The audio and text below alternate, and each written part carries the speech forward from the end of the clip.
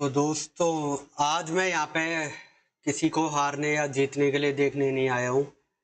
मैं यहाँ पे बस गेम को एंजॉय करने के लिए एक स्पोर्ट्समैनशिप की तरह से वो सब एंजॉय करने आया हूँ मेनली। तो और जब अपनी कंट्री खेल रही हो तो फिर भाई मज़ा अलग ही हो जाता था। एक्साइटेड हूँ मैं काफ़ी ज़्यादा। डे 1 है आज हमारा।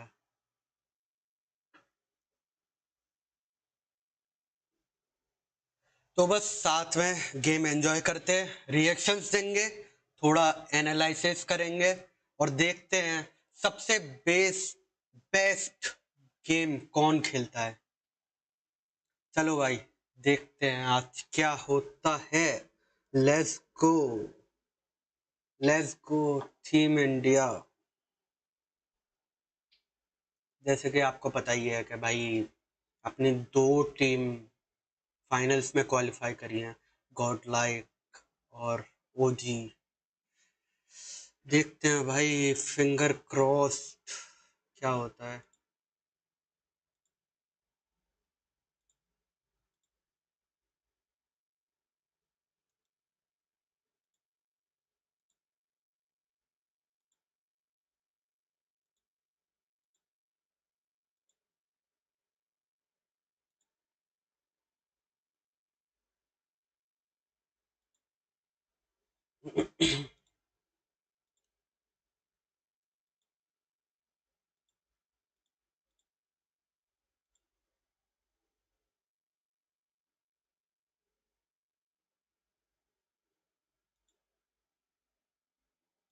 अपना मेन कैम लगा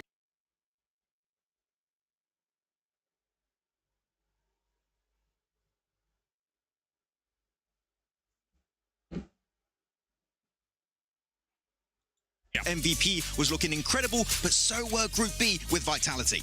Very dangerous indeed. The smiling assassin in Falak for sure. I think he looks fantastic. And yeah, Vitality on the opposite side of things though. Record-breaking results to say the least. Day number 1, 108 points for them. Meant that they didn't really even have to matter what was going on in day number 2 for their groups. But they came out kind of swinging as well. Finishing off at 148 points. I think just an insane result from them. Yeah, it was absolutely incredible, especially looking at Federalis with the insane peaks he was doing there. Just almost breaking the game at times. Incredible performance from them, and also the duo Ray. But looking now at the teams who are in second place of their groups, right? The injured teams of Orangutan and also Godlike.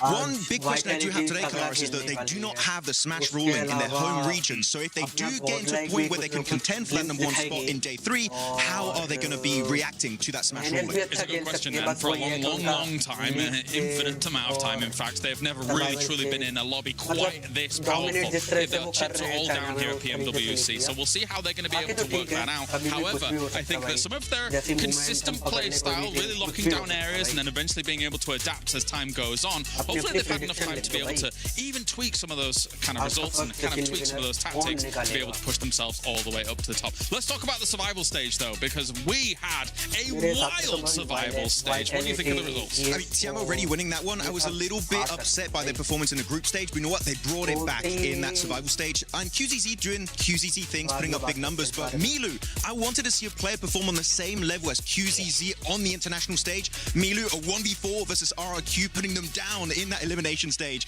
and able to actually become the MVP of survival stage. Very impressed. But I feel like one of the biggest storylines in the last 2 games is the teams who were able to barely make it back up, and that has to bring up the conversation about Ulf. Yeah, it really does. That last game, getting them over the finish line, and you could see the emotion and kind of the relief on their faces when they were able to get that victory. This is a team, Ulf, of course, that arguably coming in, a lot of pundits, a lot of experts had them in their top 5, if not trying to challenge for the championship as a whole. So for them to squeak in towards the end of the survival stage, it feels like some vindication has been done here for Ulf, right? Yeah, I mean, definitely. Every single player doing great. I mean, Aaron and Ketch doing great. But you know what? The player that I would say was the MVP of Ulf was Scarface. Yeah. Oh my goodness. He came out of nowhere and said, you know what, guys, I got this one. I'll do it myself, and qualify us into the grand final. So Ulf, right now, I would say I got that glimmer of hope, just like we had at PMGC last year, or even PMGO Season 1 this year in Jakarta, that they can be on the podium and maybe break that second place curse. And that's just a few of the world-class teams that are going to be representing here in the final for PMWC at EWC 26. You want to stay tuned. You want to see all of these teams fight for that grand prize pool. Thank you, special reporter Kalara's coming in with the information now. Let's talk about the club championship. AGAL got eliminated. They did. They are no longer in. Lace, don't forget that we still have Vitality and we still have Aurora that if they finish in the top 8 or if they end up winning, I mean, they'll get a cool 1,000 points for that CC. Never interrupt me again, Seven. But that's fine. Glitter, with our CC update, is going to interrupt and on standby to bring us the club championship update. As we head into finals for PUBG Mobile, and as we prepare for the penultimate championship weekend here at EWC, as is tradition, it's time for another club championship update, because this is what all of our clubs are fighting for. The title, the honor, the ability to etch their names in the history books of EWC. So let's talk about what that means for this weekend. Over on the Allianz Vault, we have the likes of Liquid, Falcons, AGAL, all fighting for points in their respective games, and honestly, they're going into semifinals today, whittling it down to top 4. It's going to be a big one. Then at the STC Arena, a little bit of a repeat here because we also have Falcons in the running, and we're also keeping our eyes on Vitality, which could be a big one, as Vitality is in 4th overall in our CC leaderboard. But as we take a look towards our stage at PUBG Mobile, we get Vitality yet again. They are one of our big teams, expected to do well, but the real question is, will the likes of Four Thrives, Orangutan, or even Tiamba take those points away from them? Will Vitality be able to usurp Falcons or AGAL? This is the perfect week and opportunity for them to do so. We're going to have a lot of updates coming your way over the next couple days, and as we know more, of course, we'll make sure to let you know. Thank you to our special reporting, being able to cut class and just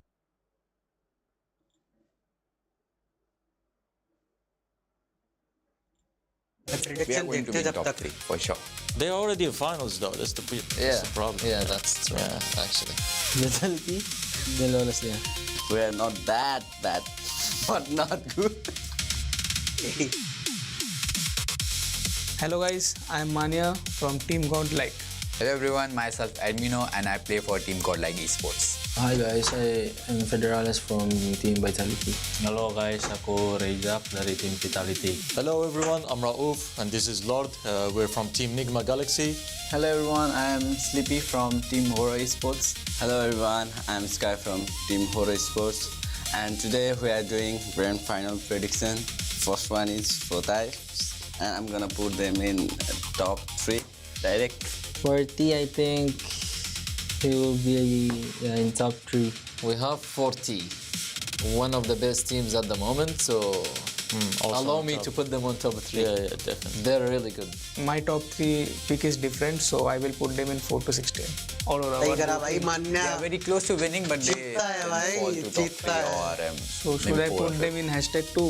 Yeah, for sure. Aurora, I think I'm not gonna put them in top 3.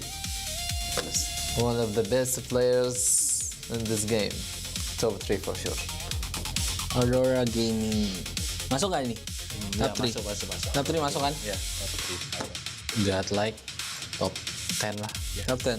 Sorry guys. यसरी त हामी नै top 5 मा पर्नु La, अर्को नि झर्यो नि त. Again, I hope so they prove me wrong. But for now, I will keep them in eliminated. Next, we have Team Vitality. Their synergy is top notch, and the way they play edges and clear the edges is so nice. I think they're gonna be in top 3 for sure. They dominated Group B, so I think they can keep their momentum and be in top 3. Yeah. भाई Vitality तो तगड़ा खेल रही है भाई. PMGO finals and कोई आसपास ही नहीं था भाई. I'm gonna put them in. गलत dominate किया है भाई. Next, we have Hora Esports. These are quite impressive players. I like them a lot. So I'm going to put them in 4 to 16. Hora Esports.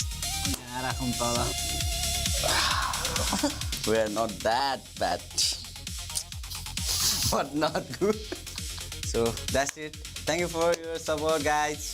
Don't forget to watch PMWC in EWC 2026. Bye-bye.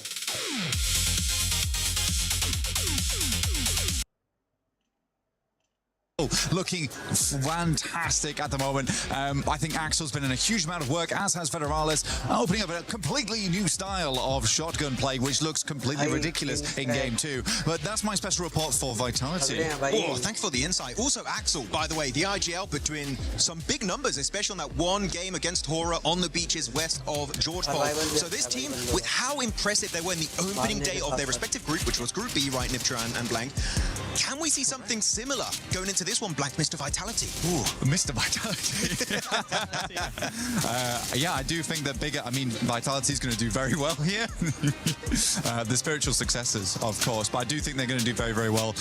I think that there's not a player on that team that doesn't look incredibly good at the moment. And the funny thing for me right now, Neptura, is that Razy and Razak aren't particularly the guys that are stepping up their heat, despite so much talk about them. Axel and Federalis have come in looking very hot, and I think that's the most promising thing. Absolutely, I think if you look at any of the stronger teams in globally, just the global circuit, you're going to see players that all have very, very aggressive gunplay skill despite their various roles, right? You don't have just one or two. It's very, very nice to see that come through for them. So, yeah, it's very, very strong looking. And also the fact that they can get so many wins, we were talking about that in the group stage, right? We get so many of those wins, it makes it interesting for that Smash rule that we actually could have a lot of hope for this team to actually come through the pressure and get that win. Yeah, it's very nice to like Fourth Rise. They can actually get wins because if they do gain contention for the Smash ruling and the trophy, actually that could put them in a really good contention to be crowned your PMWC 2026 champions. Now, we already talked about one of the Indian teams. I think it's time to focus on the other Indian team, which is going to be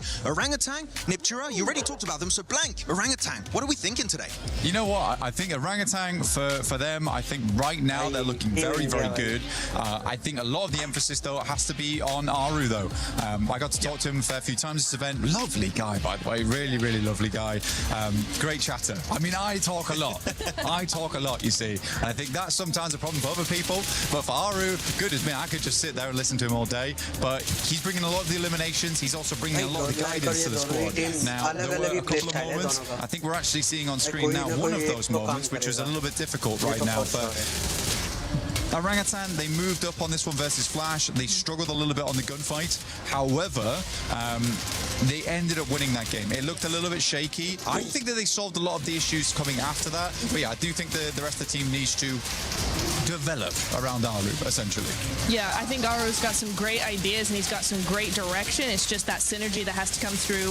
I think probably there's a little bit of, I don't want to say the word panic, that's a very strong word, but when you are in these high pressure situations, it's your first PMWC, whatever, you are going to go, oh my God, they're everywhere. And you're going to have a little bit of a freak out, and they've really worked on that. They've solved so much of that. And so, yeah, it is looking really, really nice for them. So very, very hopeful for this squad to actually do big things here. Yeah, very hopeful. We'll see how high they can actually rank up in the finals. But with that said, a final team I'd like to talk about here, which is actually the team I predicted to be the champion. So I'm sorry, guys, but I'm going to go for Team Flash. Team Flash, I think, is a team that has been getting better and better and better every time we see them play.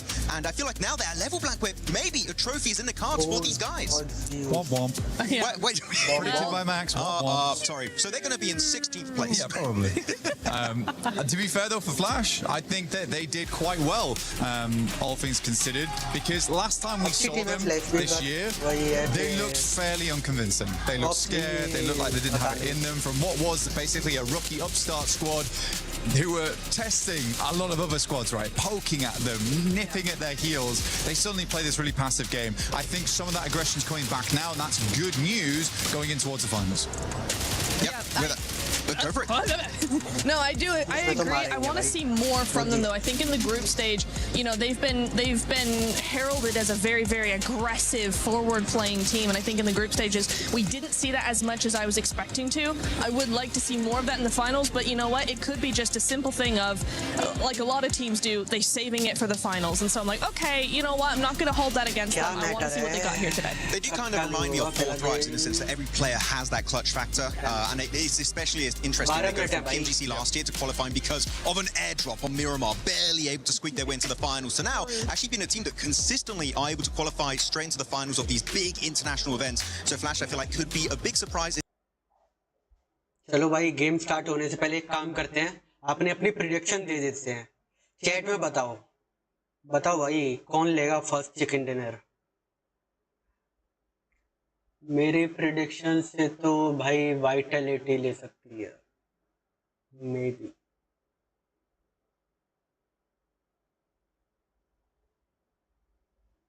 भाई मैं jinx नहीं दूंगा। मैं तो सोचूंगा कि भाई ये मतलब कोई एक्सपेक्टेशन नहीं रखनी मेरे को इंडिया की टीमों से, क्योंकि भाई एक्सपेक्टेशन रखते हैं ना उसके बाद बुरा होता है। एक्सपेक्टेशन मत रखो, मेरे ख्याल से अच्छा खेलेंगे।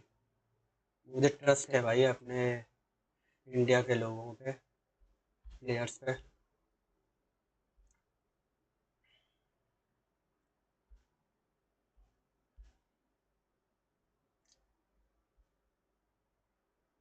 जब तक भाई गेम स्टार्ट हो रहा है आप लोग बताओ भाई किस टीम को सपोर्ट कर रहे हो। मैं तो भाई ओजी और गॉड लाइक, दिल से गॉड लाइक भाई। हु ओजी।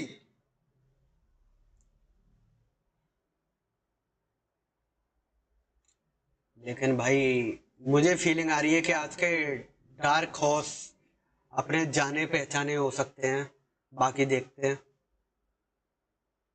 बाकी पता नहीं, क्योंकि ईडब्ल्यू से एक ऐसा स्टेज है जहाँ पे एक छोटी सी गलती भी भाई बहुत ज़्यादा दिक्कत दे सकती है।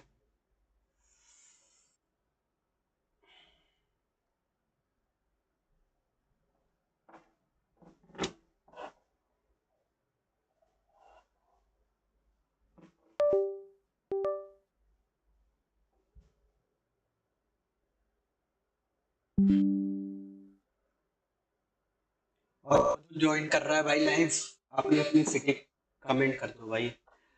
देखते हैं कहाँ कहाँ से लोग इंडिया में देख रहे हैं watch party.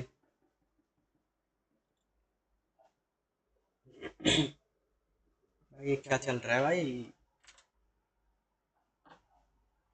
I'm just glad we caught him, okay? This man was on a loose. We weren't able to find him yesterday during the day off, and I'm just glad we're able to set some bait to actually find him.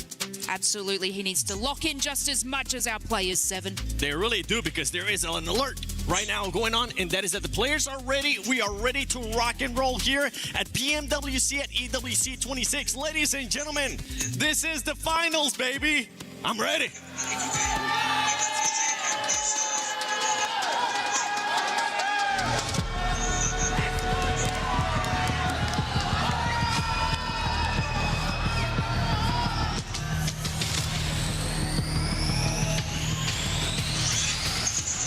I'm ready.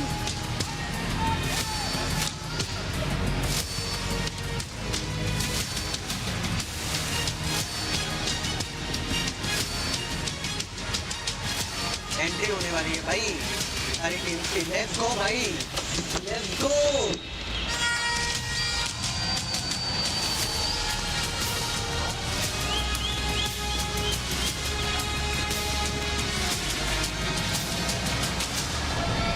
Months of preparation, thousands of hours played, and sacrifices have led to this point. Life-changing money sits on the horizon and a legacy that dreams are made of. We saw it in the group stage, we saw it in the survival stage. These teams are here for a reason, and every single one of them can actually clutch it all and become our PMWC champion.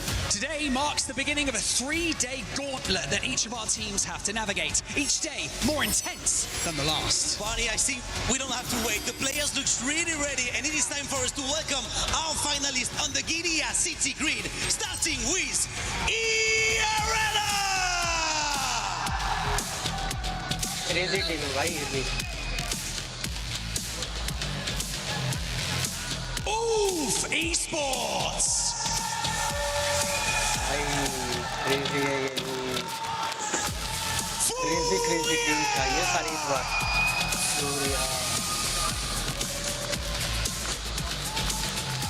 Nongshim Red Force! इनका तो अभी थोड़ा ऊपर नीचे चल रहा है, थोड़ा सा, ज़्यादा नहीं। Al-Hula Club Esports! ठीक है मतलब। Tianba! तियांबा ने भी अच्छा कमबैक किया भाई। देखो S2G Esports.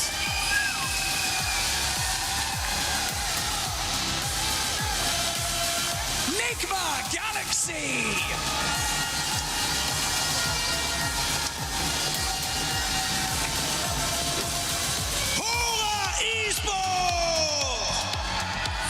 इंशाल्लाह मेरा बोटुआ लेके भाग गया. Team Flash.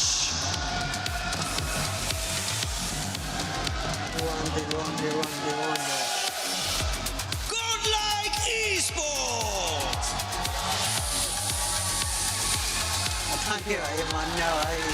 Aurora Gaming.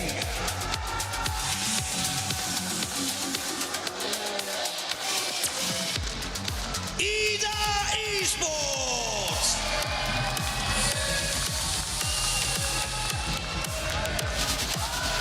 Orangutan.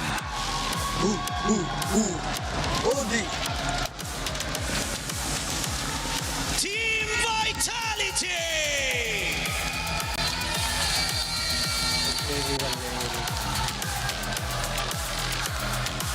And finally, 4 Thrives Esports.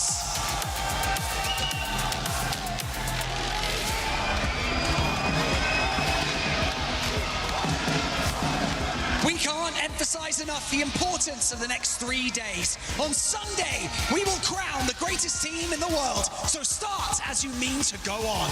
Absolutely no room for mistake. If you want to be the best team in the world, you need to prove it from the very first day. The PMWC Finals at AWC 2026 starts right now!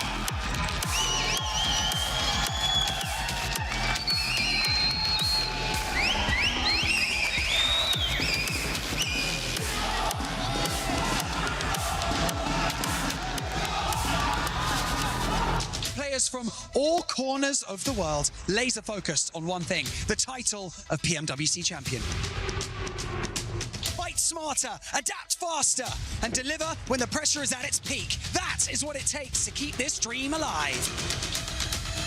So welcome to the PMWC at AWC 2026.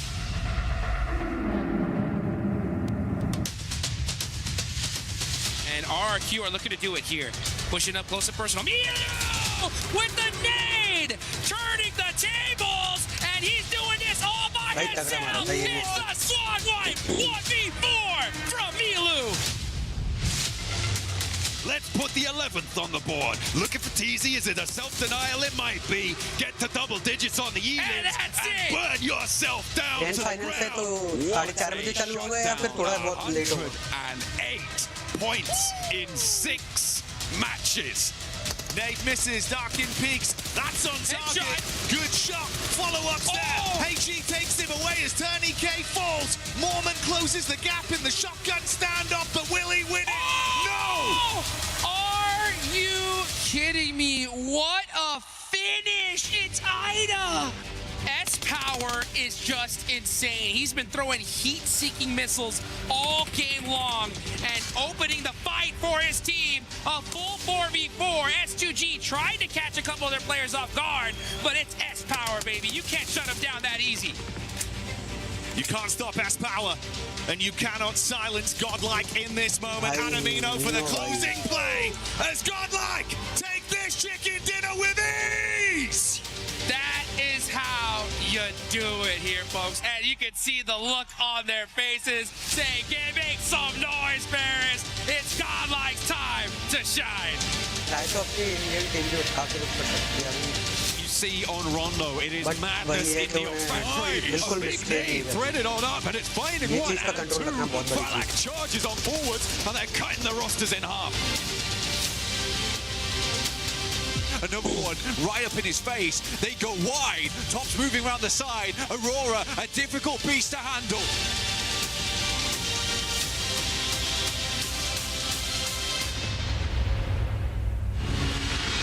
The run coming through from India, but it's not happening.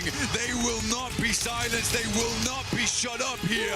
Aru still going strong. A tanky underneath, looking to get the shots in, but Flash moves around the side. He's whipping the shots, unfortunately. But finally, they will hit the last shot, and India grabs the back-to-back. From day 1 to day 2, this team looks clean. It's time to crush some dreams of 10 teams. Can I get you to press this button and open up the iris? Oh, with a bit of vigor. I like it. I'd like you to pull on this in 3, 2, 1. Send them home. Let's go. There we go.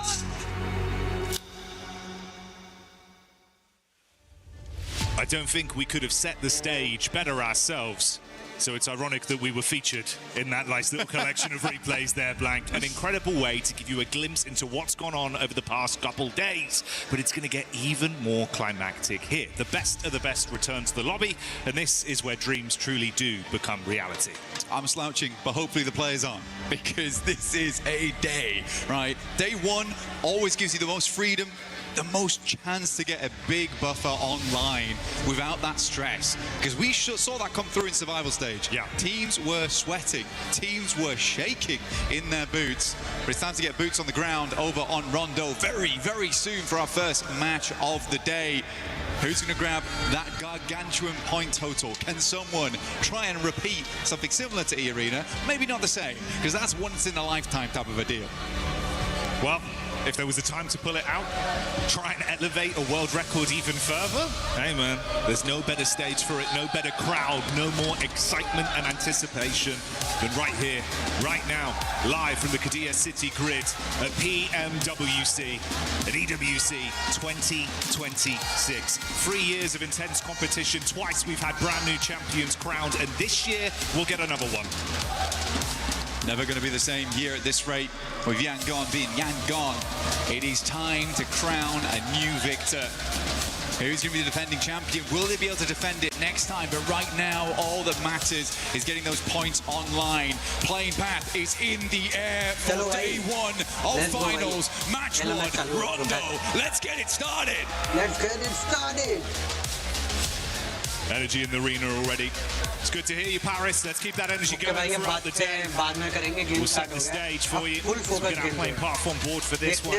We've had some pretty good games of Rondo, mate. You touched on the arena there. That was something to be remembered. But the consistency and the level of aggression we've seen from these teams back in their respective groups was intense. Now we put that all together. A big hodgepodge of talent. They're going to be stepping over each other, Blanks. I mean, they will have to, because there's going to be bodies on the ground shortly, as soon as these players start dropping in. E-Arena here, though, and teams do need to be worried. They've been taking this little odd stadium drop where they've been searching out players from different teams on their res beacon positions. Now, if you are remembering our game versus Alpha 7, just the other day, survival stage day 2, they had a real tough time of it. They were able to hold out, but E-Arena made their lives extremely difficult, but it wasn't just them. So let's see what E-Arena can get done, because a lot of teams are going to be taking those res beacons off towards the northwest side with this plane path as the fights do open up towards Yulin. Just how hot are these drops going to be, and how much aggression is going to come out instantly. You see that opening knock from the side of 4 Thrives as Razy on Vitality starts to let some bullets fly. 2 players on Orangutan instantly being knocked off their feet as well. That's 3 points achieved for Tiamba in a matter of seconds here, Blank. QZZ already.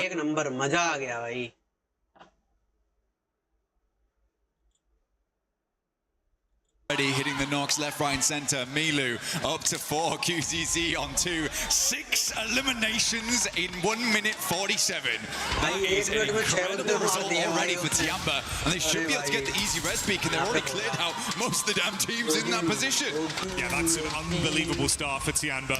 A powerhouse in the survival stage, and again delivering early into Rondo. Orangutan being forced out, as well as Hora look to try and claim a few more points for themselves.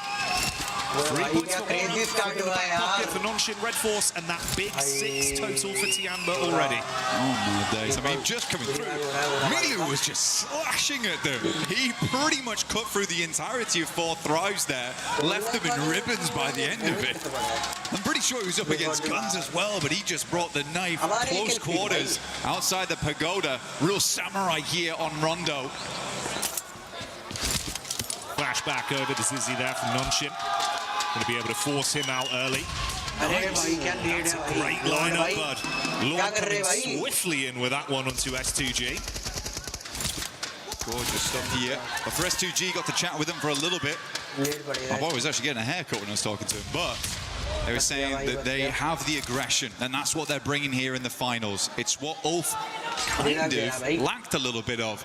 But for their Turkish team, they were looking to bring that aggression over in the group stages. They're looking to bring it again here. They've had a lot of time to study those teams, but Lost moves up and already is down. It's Kamikaze, the man with it all to give. One name, one dream.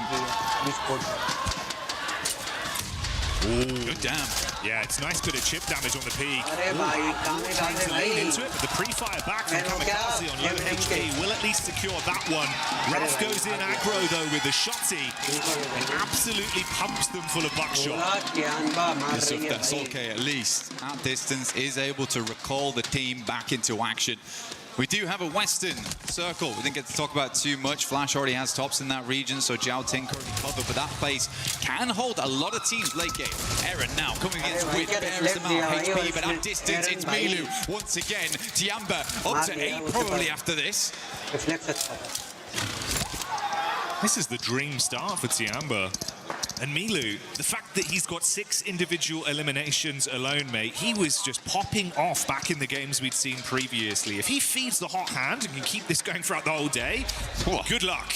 It's the buffer that we were talking about. And there's no luck involved, but there is luck involved over on the Lucky Spin, which you can join in with us in-game right now for the 2026 PMWC, for the exclusive 2026 PMWC tournament set, which you can see on screen regularly in-game. Make sure to try your chances just like QZZ and this spray down with the S12K. We are looking at 2 eliminations per minute. Unreal reactions as well. I mean, I'm swinging today. We know mechanically they're very gifted as individuals, but they're putting it all on the line. And hey, man, that's the way to do it, right? We were touching on the fact if you can have a huge pop-off game on Rondo, the extra buffer of points from the sheer quantity of additional eliminations you can garner from this battleground, it's worth its weight in gold, especially in a 3-day finals environment like this. You gotta get in there and get stuck into the thick of it. Tiamba are doing just that. Again, for Tiamba, their biggest success in the survival stage was the fact that they started out so incredibly hot, where it felt like all the weight was off them a lot of times. At Milu making that 1v4 look real easy, I think that came from the fact that they had nothing to lose at that point. They were already in. They're just pushing a little bit further there. We haven't talked about it too much so far on the cast, but we do have Smash ruling this event. And not only does that mean that, yes, you can win technically, game 2, but it also means the further you are ahead, the harder it is for teams to catch up to you to also get into that Smash ruling. So we are looking for more similar results to 4 Thrives as well as Vitality in terms of how far they sent themselves ahead in those rankings to make it difficult for any team to catch up to really engage that Smash ruling on the final day. It might be coming down to match 6, honestly. Yeah, it will be a fun little storyline to see how that affects things going into the last day of competition. How big of a barrier that will be. Really, if other teams will have to rise up to the occasion for it to even be a potential pipeline for them. That's one for the future, though, but now it's in the back of your mind. You have that context with just how much these early points matter for some of our squads. 2 sides that you touched on there, though, of course, being Vitality and 4 Thrives. They were dominant in both of their respective groups. Easily the best squads we saw when it came to how consistent they looked and how aggressive they were. Yeah. Vitality even kind of completely blowing away what we thought was the upper limit when they then played their group, right? I think they knocked it out by 1 point, but even that 1 point point is a hard point to squeeze out in such a short amount of games. For Tiamba, it's a little less impressive, I would say, just because you are playing with the dregs coming through from the group stage. We already did send what we assume to be our best 10 teams forward there. Even so, Tiamba still looked very strong, and for them, it was more a case of switching it on in those moments. And they've done exactly that. It looks like all the lights are on at home right now for Tiamba. They are burning the midnight fuel. Crazy. Like, actually wild. The speed at which he was like... So was that 1v4 again, actually? Now I'm thinking about it. Technically... It feels like it is, especially when you then factor in, by the way, we had the one clean 1v4 he won. We then had a 1v4 attempt towards the end of survival stage that resulted in a winning free elim to going down to the last guy. Yeah, like the conversion rate we've had on raw 1v4s from him has actually been unbelievable. I think we're more astonished that might be a 1v4. I mean, we didn't even clock it because it's like, is he just doing this repeatedly now? Just full-on butcher blade coming out from Milu, chopping everyone to bits. Crazy. Love to see it. Circle goes over towards that northern side. Bit of an awkward res beacon on this one as well, down towards the lake. Definitely possible to go for, but you get caught out on the bridges coming out from that area a fair few times here, Jackie, and also there will be teams playing around that spot, trying to hold teams out. Orangutan, though, nice rotate on the north side, will be able to get them further into the circle. Tiamba Vitality on the back foot here as well as Ulf. Aurora holding a 2-2 split. I think they've realized because they're so far down towards the south, likely better just try and clear their back angles and then look for maybe a major rotate on the west or the east side later on.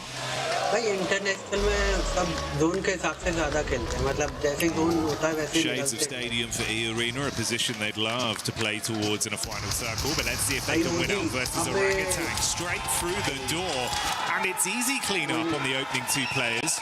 Aaron Wisgard down in a matter of seconds. Back down to a duo once again. Fourth Thrives taking down Tanky there as well. Leaves Orangutan just on one singular player, AKOP, who is sending for a res beacon. I think he might go far Bailey on this, actually, Jackie. I don't think he's going to stop off early over towards the lake, like we said before. You get a res off there, teams know it's happening, they will hold you out. So he is forced to go for the long rotate. But honestly, for Orangutan, it's not terrible because they can just swing back in from that northern side. It's fairly free with where most of the teams dropped off down towards the south. Yeah, thankfully, he's got just enough time. Pulls slightly further out as well. Hedges his bets. He goes up towards the top of the north side. Going to get that recall in. See Vitality on screen here as well. Just the one elim to start us off with, Razy. I mean, you said it yourself, mate, doing your little special report on Vitality. Razak and Razy, that's been a hell of a duo. They're like the Cray twins, bro. I'm just terrified when you see them coming at you. Yeah, you are. I mean, one of them bringing the double hammers as well. It's a bit of a nightmare, honestly, and they are always looking for a proper shootout. But it's nice to see Axel as well as Federales. I mean, Axel really astonished me. Because there had been so much talk about Razy and Razak, and Federales has also had a massive amount of tenure throughout the entirety of PUBG Mobile, but Axel was just swinging and not missing. So that's what gives me a lot of hope, and I'm very, very excited to see this team perform as this tournament goes on, just because of how good all of them have been playing individually and as a unit. Take a look at Godlike, though. They're over towards that centre side. I think Godlike showed us something different from their region. Honestly, they had some great aggression. I think they've been making little adaptations here and there, figuring things out they go along. But genuinely, overall, we're impressive. We're impressive. They were second best inside of their group, only beat out by Vitality. To be fair play. Vitality really NS We've got a little crunch down the zone here as well, pulling further down. A couple big names amongst the dead center of it all. Godlike, as you touched on, 4 Thrives, Vitality, Enigma Galaxy as well. The representation from Aurora, another side that could have some surprises in store for us the longer this one goes on. Yeah, Aurora, they just seem to have this capability to choke in the finals. Yeah, that's fair. That's their major issue. Every single player on that team has greatness inside of them. It just seems to dwindle a little bit once we get to a final. And we've been asking for that not to be the case for the longest time. And it's getting to the point now where I just don't believe in it, which is sad. But they are consistently always here, and you can't really put them down too much for that. The fact they're in most of the finals is like, that's already a big achievement. Reefus though opening up towards Yasa from Alula. Tiamba's cut out on that eastern edge. Now there's a lot of these big pillars involved inside the circle, as well as stadium over towards that northeast side, which is a bit open on the outer edges. It slopes down into it, so if you are here really, you kind of swing past here. They also know this area very well. It is their drop spot, but 4 Thrives have beaten them to the punch here down towards their southwest from stadium. Never mind. Excited to see what the form of Fury is going to be looking like in a final situation again as well. They were massively coming alive, dude. Felt like it was way better in terms of the decision making. The communication was on point. A lot of the fights we witnessed from them. Igor as well, just playing so brilliantly with some of the individual plays. Looked like a whole new man showed up. We spoke about this big man though, and he's back on our screens again. Milu scouting around, seeing if he can get a line of sight potentially. Just playing close towards the geometry here at the cliff face. It's Ulf that aren't too far away. Eagle and Aching, desperate to get some elims on board. I mean, man, every single one over on Milu and QZZ, but these guys are the fraggers on side. Aching, a lot of times playing off the back of him. Eagle, very, very good at playing that anchor style. Generally is the last player to go down. Plays that survivalist very well for them as well. But you're right, Furia looking good. Igor's, I think, was a big surprise. Yeah. They've got big names on that team like Chief, Ayala. Silence also doing a lot of good work. But yeah, Igor's was just really giving it to a lot of these squads. Now, we're getting in towards our later circles with quite a lot of them teams still involved. We talked about Jiaotin earlier on. It can house a ton of teams. It is uncomfortable to play in, and swinging from apartment to apartment is not always easy. And there's a lot of difficult windows and little places to pitch nades in. We can't quite get those full finishes on. So I'm curious to see how this will play out. I think it's going to be a little bit of a passive game going towards the end, but you do have to get in towards Jiaotin. See over on the side of the stage, the Enigma Galaxy fans getting quite excited. But meanwhile, amongst the battleground, it's S2G that feel the hammer crash down on top of them from Nonshin Red Force. The hero of Hyunbin starting it out well. And only one man in line.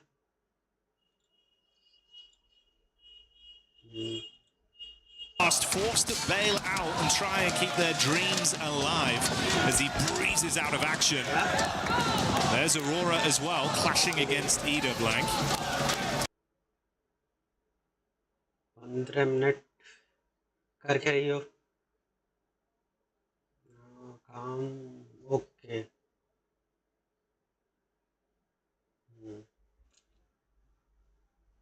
I mean, Ida tried to get in on the northeast side, which I think is, at this point, a little... Aura's Vitality, where there is those clear exit points across the road. A lot of other teams have to take something a little bit more unfortunate. 4 Thrives though, Joker stepping up to the plate here, spraying through the smoke. There's one close. He's giving himself away though, Jackie. Yeah, this is risky, bro. IQ had to be so swift with a shotgun here. Joker just teasing them, dancing around on top of the rocks. So much damage already done to 4 Thrives. This would be a hellish way to go down. And that's how they fall in our opening game. The Arena. The Arena down, but back on board with Tiamba. Milu finding the first, as per usual. Scarface desperate against it, but he's just pushing up. Aki will find another shot. Solus is down. This is looking very, very bad for Ulf. And Tiamba puts up more points. Milu on a fat 7 so far. It's not going to stop either.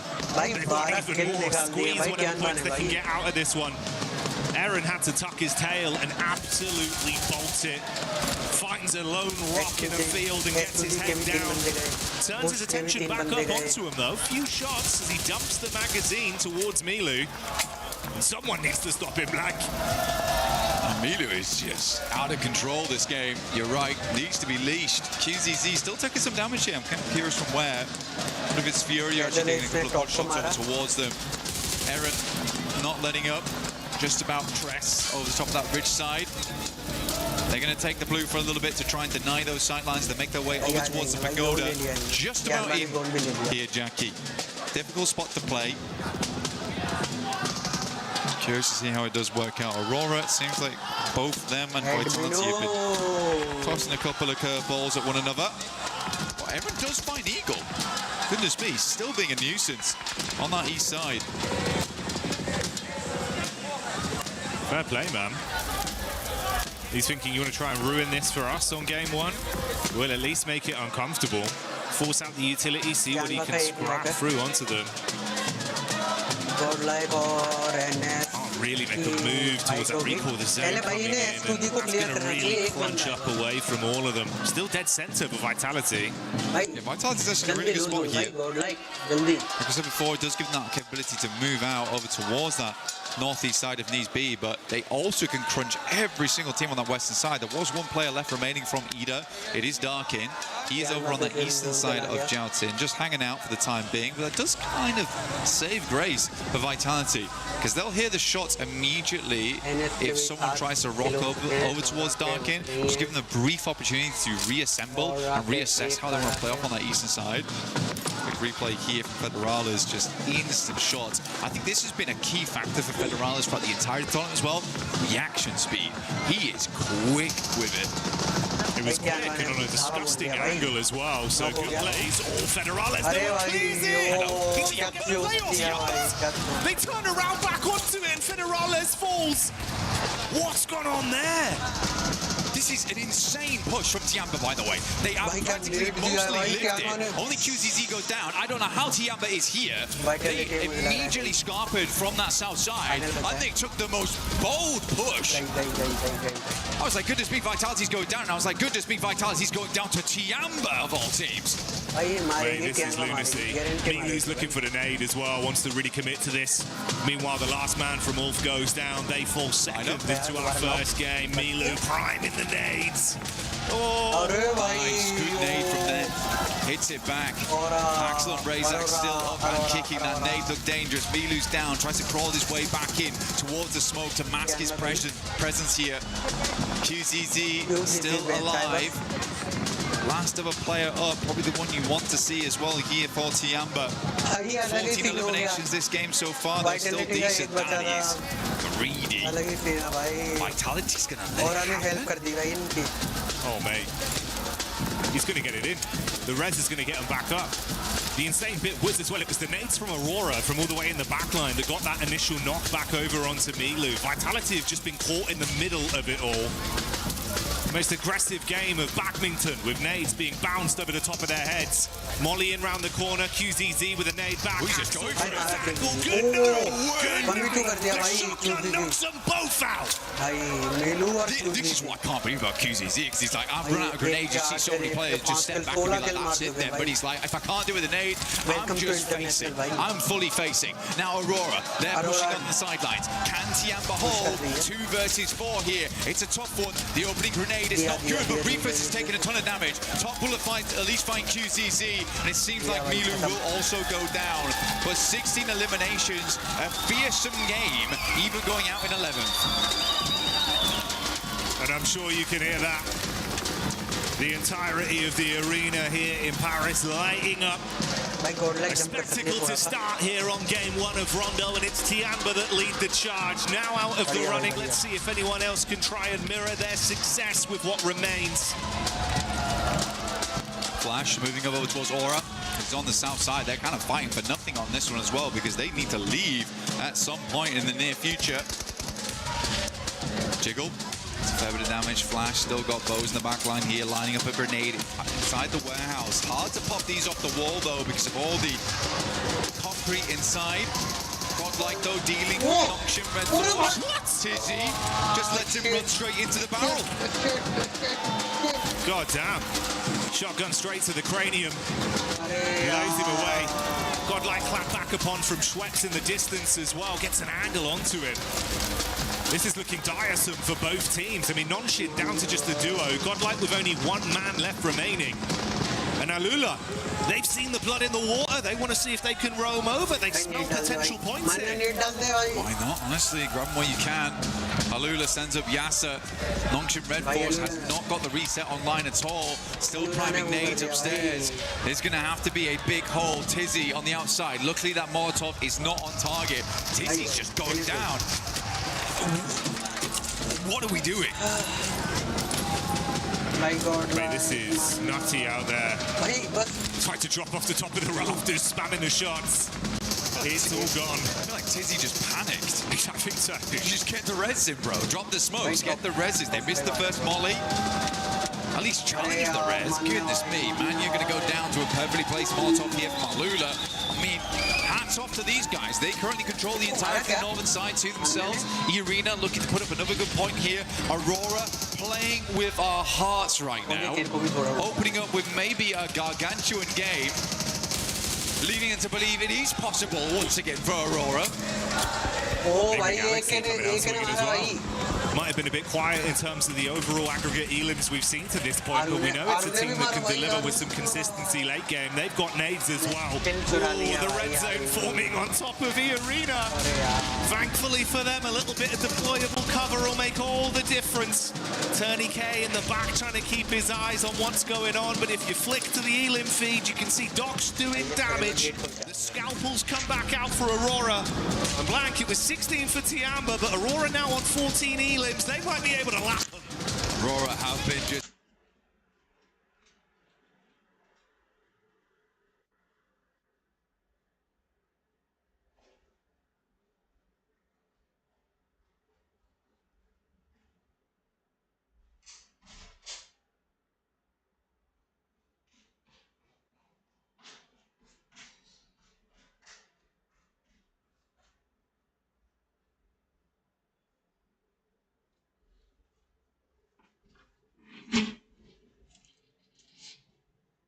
Stamping away here. Reefus again does find Aru, leaving AKOP inside. Will be able to grab win.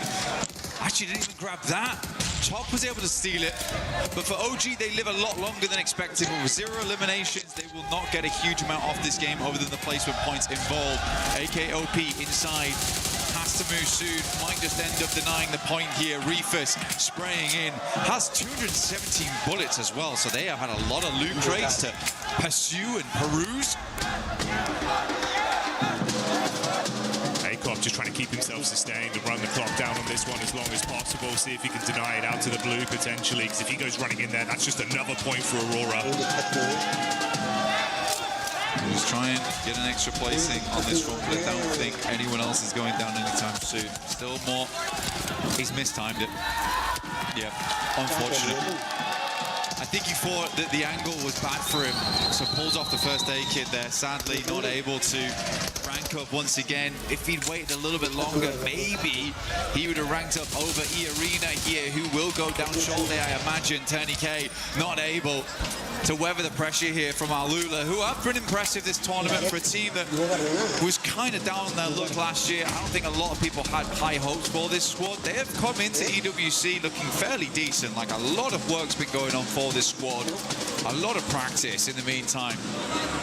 But Enigma Galaxy up in top 3. A rocky group stage for them, but we're still able to grab those points, and I do attribute some of that to Coops. He is a nuts player on side.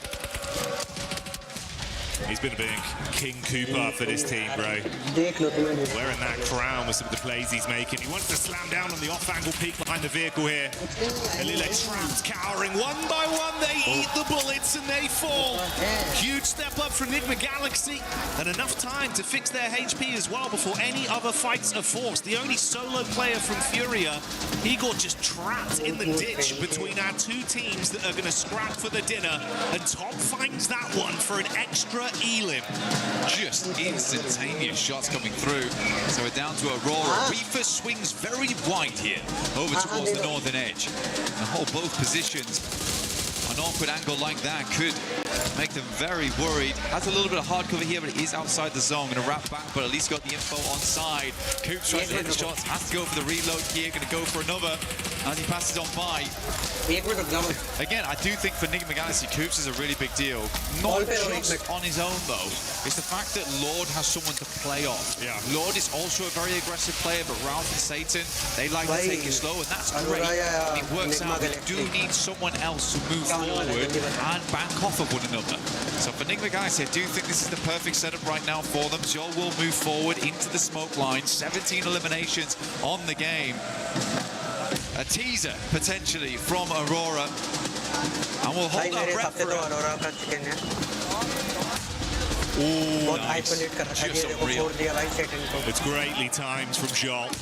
The shrapnel hitting hard. He knows. Enigma. He knows, Jackie. Look at the lineup. Wants to get it behind the cover flare. Barely, but they bait him out enough. That's more chip damage. Coops on half HP. Molly. Could be good. Oh, this is annoying. This is very frustrating for Coops. It's really slowing them down. Giving quite a bit of time for Aurora to reposition off the back of this as well, because both the front targets have been distracted. Discombobulated in the chaos. Thought it might be a little harder for Aurora to get back into the circle. They also know the north side's free after that original rotate from Reefus. Ralph had to go back up that angle. But they have all the knowledge in the world going forward here. They've opened up the full library on this game. A lot of nades being baited out here by Coops as well. He's down to 2 nades and 1 Molotov. Ralph actually being isolated from his off-angle peek round the backside. That's half his HP gone. The vehicle detonates in front of him. One Blessing, he's got a little bit more cover to try peek off of, but no easy rotation. Still the 4v4 here. Utility down to nothing on side of most of these players. It would just be a dry gunfight, and honestly, on top form, I do think Aurora beats them out on that. Coops and Lord, though, deadly duo. Prime with the 2 nades. Doc is up front. Is this the dockening once again? Takes 2 nades. Just will tank them. But there's 2 more coming, and I'm not sure he'll be able to do the same on the next. They both go wide. He's going to push forward into the smoke. We'll have to swing back, but one player goes down the back line. It is Top, and now Aurora's down to 2. Enigma Galaxy is making this happen. They're standing tall right now. They want to convert this one into a chicken dinner win on game 1 as 2 of Aurora's players buckle under the pressure. Ruthless falls. It's all down to the last man in Joel. They need to isolate the peak because he hits Lord heavy, but he's gone. Cut short. The Aurora is gone. That is insane. That is insane, Jackie. I got to eat my words on that one as well. I mean, for Enigma Galaxy, what a good game. Did say though, Aurora do like to choke. The crazy thing is, it was probably the most fitting head-to-head of 2 teams we could have. Yeah. Similar contrasted play styles, the way they split off, confident their 2v2s, the off-angle aggression, but I started to get worried, man. Pointing to the map, seeing Doc charging in. Slight timing on the nades, it docketing, collapses. It's the docketing. It's happening again. Bro, just absolutely come alive on that one. Yeah, wonderful stuff. Actually wonderful stuff. I still think Aurora played that game very, very well, though. I think when you watch them in those moments, they are so clean on the shots here and there. I think it's just a little bit of a stumble towards the end there where you're trying to pull yourself out of those buildings. That is hard, getting back across the road. They don't have a huge amount of space to play with. Enigma Galaxy also has the high ground, so they set up well on this one. But yeah, good stuff from Enigma Galaxy. Again, Lord and Coops, though. That is a great duo. We're seeing a lot of fantastic duos be born here over at EWC and really spread their wings into these matches. You can see him enjoying it as well. Ralph enjoying the celebration from the fans behind them there. Everyone in the arena popping off with Nigma Galaxy taking game 1. Stay tuned for even more.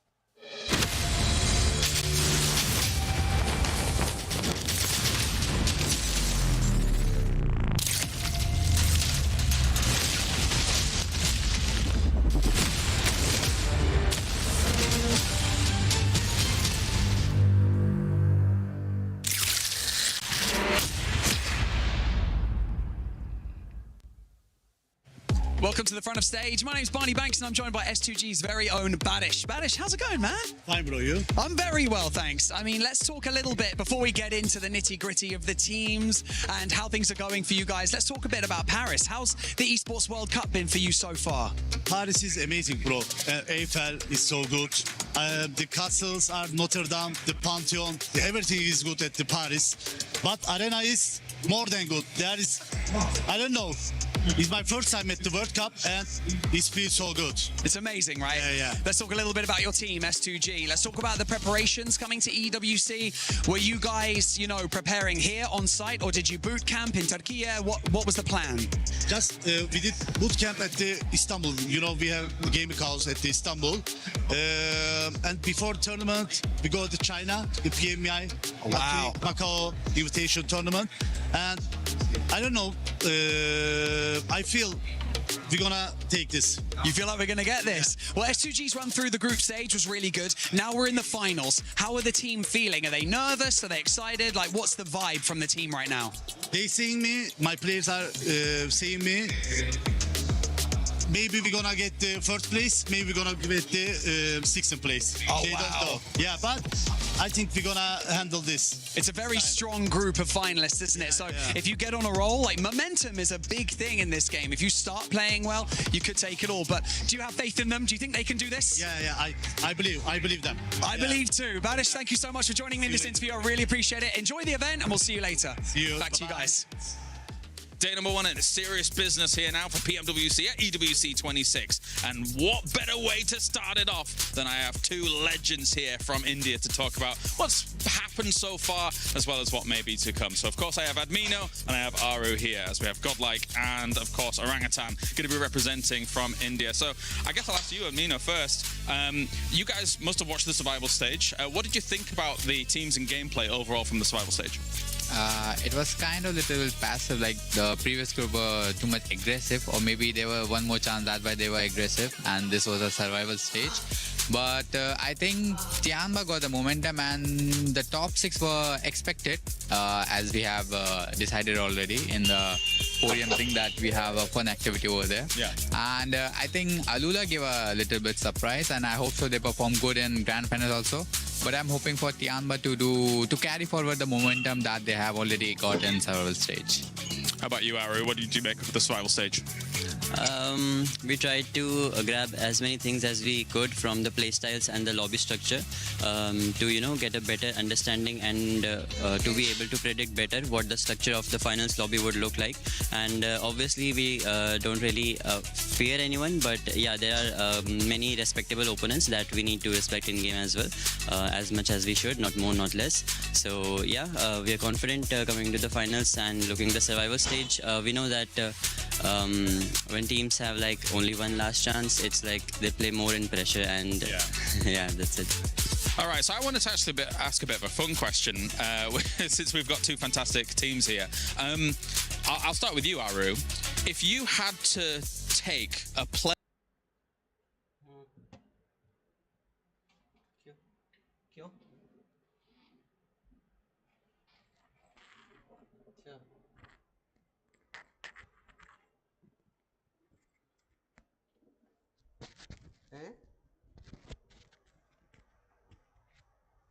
अच्छा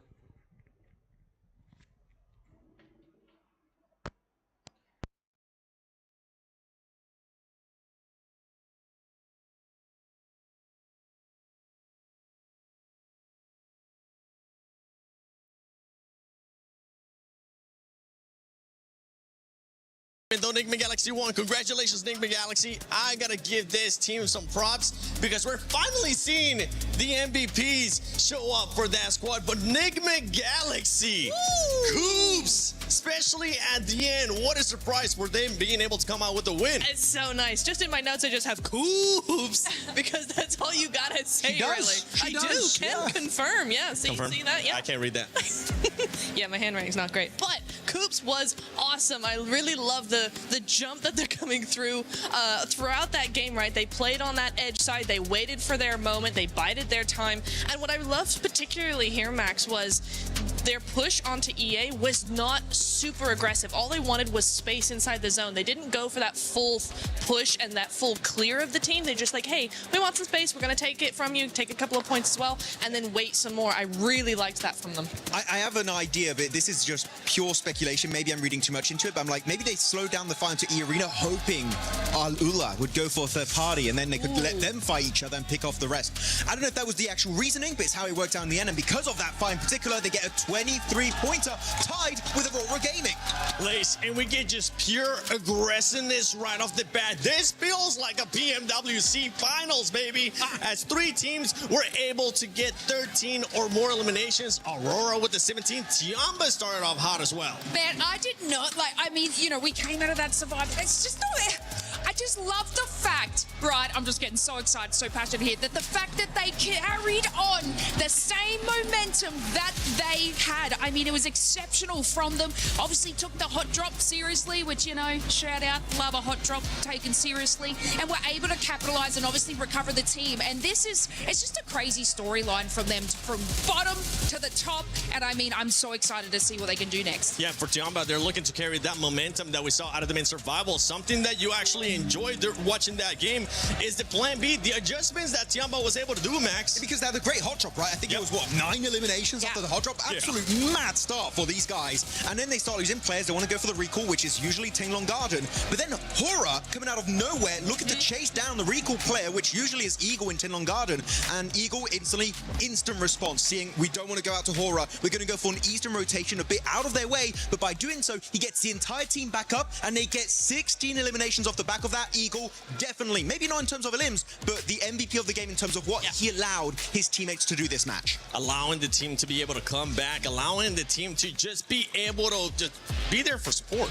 Allow the other players to just frag out. And for anybody that had Tiamba, Enigma Galaxy, or Aurora in your predictions, congratulations, because those teams have been performing quite well. If you haven't already, make sure you check out the EWC Play app. Go put in your predictions. You could end up getting some rewards there depending on what your predictions are. And no surprise here that it is Milu from Tiamba with the MVP once again. 8 eliminations. This man is just non-stop right now. He is, you can't stop this man. He's just gonna go from better to better to better performance. Here we go, the head-to-head. You're seeing here 16 eliminations versus 17 of Aura. And if I'm not mistaken, Milu had at least 8 or 9 of those. So, you know how you just had some notes and it was just Coops, just Milu.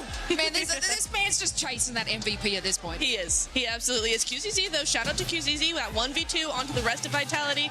He was wiped out by Aura like seconds later, but yeah, it's some really, really good stuff there. There's a lot more players on the team than just Milu that are really fragging out. I mean, I was wondering going to this, are we going to get group stage champion? Are we going to get survival stage champion? Clearly, with this opening performance, 7, it is survival stage champion in the finals. And we're hoping that that's going to be the case. If you're a Tiamba fan, you're going to be looking really happy.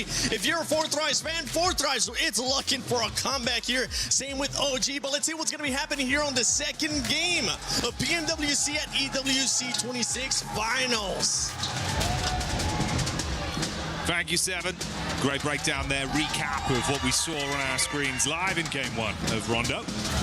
Starting to get a little bit louder in here, but Paris, I want to know, how loud can you get? Let's get some noise going! It's a good crowd. It's a real good crowd here we got here in Paris. supporting all their teams. I mean, the Enigma Galaxy crowd, they've been loud. We'll see if they can get louder. As Enigma Galaxy are doing fairly well here so far. It's really, really nice to see. I think, again, mad props to Coops. First of all, mad props to actually being here. The guy's dodged so many events at this point. Finally gets to play some matches. But yeah, the rest of the team's also looking fantastic. Ralph looking a little bit more reserved, I would say, in the gameplay, which is good to see. Holding those angles. I actually liked where he set himself up. Became a real nuisance. The big thing was, didn't immediately go down either. And I think a lot of times that's all he needs to do, because he knows the layout of the land. He knows where he needs to be playing. It's just sometimes he'll play those spots and then humble. And that's bad. So he's just letting the rest of his team work those angles whilst he plays that off angle in a really, really strong and quite frustrating spot to deal with. But we're heading over to our angle now, so probably a little less action involved, a little bit more calm, chilled out as we head in towards the first portion of the day. Fury at last game did come down to Igor once again. Yeah. And honestly, mate, you know, normally I think you'd favour him in kind of positions like that, where if he had to step up as a solo, it's just how late in the game it was and how strong everyone else he was up against was looking, right? Uncomfortable position to be left in, but hey, they still squeeze some extra points out of it. So it's better than it could have been. For some of our other talented squads, they're far down the standings, but like you touched on, Rondo is Rondo, and now we get something a little bit more normal. Opening playing path established here, whole way down the middle. Down on that eastern side, Yaz. Open here for teams to move into. Gatka a little bit harder to get towards on that western side. North George, well as South George, probably possible. It's just going to be a little bit more of a long approach on that one. Vital is just out early. I actually don't really ever mind the Kameshti split, honestly, up towards Stalba on that eastern side. You have a lot of position to loot. Most of the time you're not having a second team come over here. So it's just a really good position to get set up in the early game. Yeah. But man, Tiamba, we didn't talk about too much at the end of that game. But there is definitely fire in those bellies today. Because to make that push, to make that decision, to just be like, let's have a straight fight on the central compound when we're playing Edge, I don't know what's going into them, but I love it. It is so good. So many elims already, and they just go, I like the look of that position. Let's take it off. I'll be having that. Fairly watery circle, mate. Starting off one of these. This has been a consistent trend, at least throughout Survival. We had quite a few very similar to this on our start. Obviously, a little bit worse for Vitality with a late rotate all the way down from Stalba with their instant drop from the plane. Yeah. It's going to be a little bit more difficult. A lot of the rotational tools will probably be removed as well. So it is going to be a long rotate for Vitality, you are correct. That might end up, or probably will end up, creating a little bit more of a passive game for them, a slower game for them. Full thrives though, loving life. And they get down towards Ferry Pier, the yellow's on the eastern side, there's no one around here, it's chilled out, it's peaceful. You get yourself set up nice and early on one of the prior compounds as we head into Zone 2. I think the scary thing about this one is it does eke in a little bit of Sosnovka, and there isn't a 0% possibility that this doesn't go down towards Sosnovka in the future. It still can. It could even center up around Bridge. Satan on our screens. You know what, the last game, first time I've seen Satan smile this tournament, by the way. Even when they win, he usually looks like something's gone wrong. He enjoyed that one. He did like that one. That was a nice win for him. Yeah, they were chuffed to bits. And to be fair, it was great. You know, nice head-to-head. Two very talented squads, lots of contrast of play styles, but Enigma Galaxy proving that it was on the money today in that first game.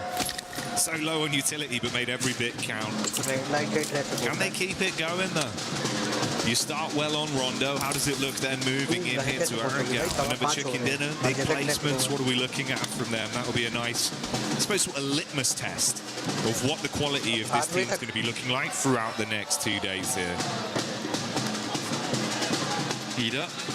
These guys kind of crumbled. They made the similar approach to Tiamba actually last game, but I think what Tiamba did very differently was they isolated the Vitality compound away from Aurora, whereas Ida kind of came from that north side and just sandwiched themselves. I thought that was a very strange play for Ida to make. I think most of the time most teams would understand that probably don't want to place yourself between those two squads or those two buildings. They're very popular in that location on Rondo. But I don't think Eden had done badly before. They had some really cool clutch moments, some super awesome 1v3s right at the end of the games. Like, they have what it takes to be a champion, but not like that. Or stop making silly mistakes.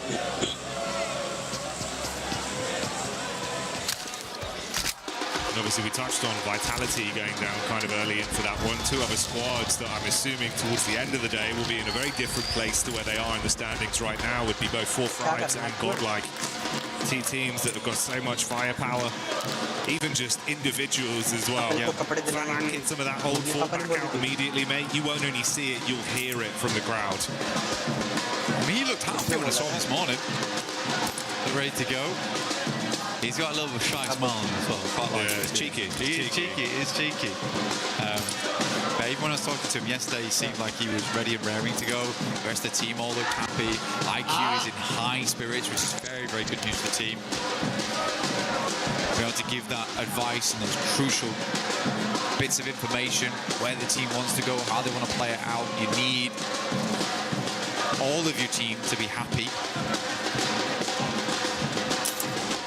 Though I am kind of worried about Godlike and Orangutan.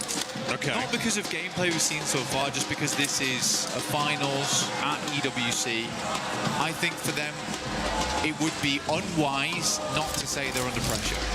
I think if you're a fan of both these squads, and maybe today looks a little bit rough for them, I would caveat with that there is a tremendous amount weighing down on them right now, being in such a prestigious finals versus some really damn good squads. I'm hoping they could probably get back into the run of it, like by match 3 potentially. But if it takes till tomorrow, I think that's fine as well. OG already still showing off that they have the rotations capability to make it happen. They got far into that late game. Not a lot of eliminations, that's fine. Godlike similarly, still that aggression in play. I like to see it, but maybe not where we really wanted it to happen during that game. I think it's also for teams like that, Blank. For our other squads that were forced to play survival stage, you've had to consistently keep grinding and keep that form on the go. Yeah, exactly. You come out from your group in those top team spots, you get a few days off, but that does cool you down a little bit. And the thing that's changed is what's going on behind us. The energy in the arena, the noise, the hype. They're getting excited because Forthright has made the play. That's IQ with an opening takedown. But that's the difference as well. You come back into this area, Blank. Sure, with the noise-cancelling headphones, they might not be hearing it, but I tell you what, they can feel it. The vibration. I know the floor is trembling under my feet, so it'll be the same down there on the stage for our players. And if you're trying to instantly snap back into that tournament-winning mindset after a few days off with all this going on, it might take a game to try and lock back in. Yeah. I don't like that, though, from Aurora. Because you can scout that a lot easier just by sending over towards the beachhead, having a look over towards Lighthouse and being like, okay, there's a guy up there waiting. Try and check the girders. I always think it's an odd maneuver to try and just send someone, slingshot them across, and it's like, well, we know there's someone across there though, but you also just lost a player. Like, it's so early into the game, could have even just waited for zone 2. I'm curious to hear what the analyst desk has to say about that, because for me, that's just not EWC, PMWC potential. Right? That's not what that is. Yeah, the trade of it. One player's life, one of your squad mates for an information play. Economically, it's not the best trade on it, especially if we see him get a good run out of this game. Goes down to an awkward fight. One player of difference, Blank. Hell, I mean, even this circle right now, where it's down towards the eastern side, Forthright knows that. This is prime time to go for bridge camps. Yeah. Like, if this circle is further over towards the northwest, maybe you don't go for that type of thing. But I think this one, if you're Aurora, it shouldn't be a case of, oh, let's check if there's someone there. You should just know. Devil's in the details. And it paints a very pretty picture here for some teams. For Aurora, it results in 3 players alive in game 2 to kick us off. Flash also having 1 player knocked here. Zone crunching in. Yeah. Bridge still in play. There you go, buddy. Thought that this might be the case. On a circle like that, it's very, very awkward on these types of circles, and it can center up around bridge across both sides, which is super unfun to play. Because now this really could go back over towards Sosnovka way. I'm sort of expecting it to head towards the northwest, but for Aurora, they're stuck now, as are Alula. Alula's kind of considering whether we should take an eastern crossing or should we just play over towards the ridge side on the southern edge. It cuts out a massive amount of space, though. So much water involved. So teams are just going to be sending towards Ferry Pier because there's safety in that location.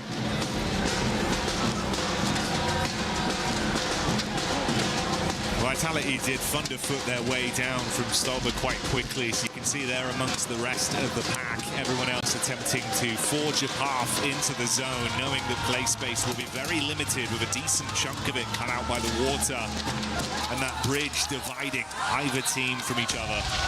The only two squads on the island right now are Alula and Aurora. We've got E-Arena on screen now. This is the POV of Joker. Tiamba, though, taking the scrap towards OG. Wizgod being hit very heavy.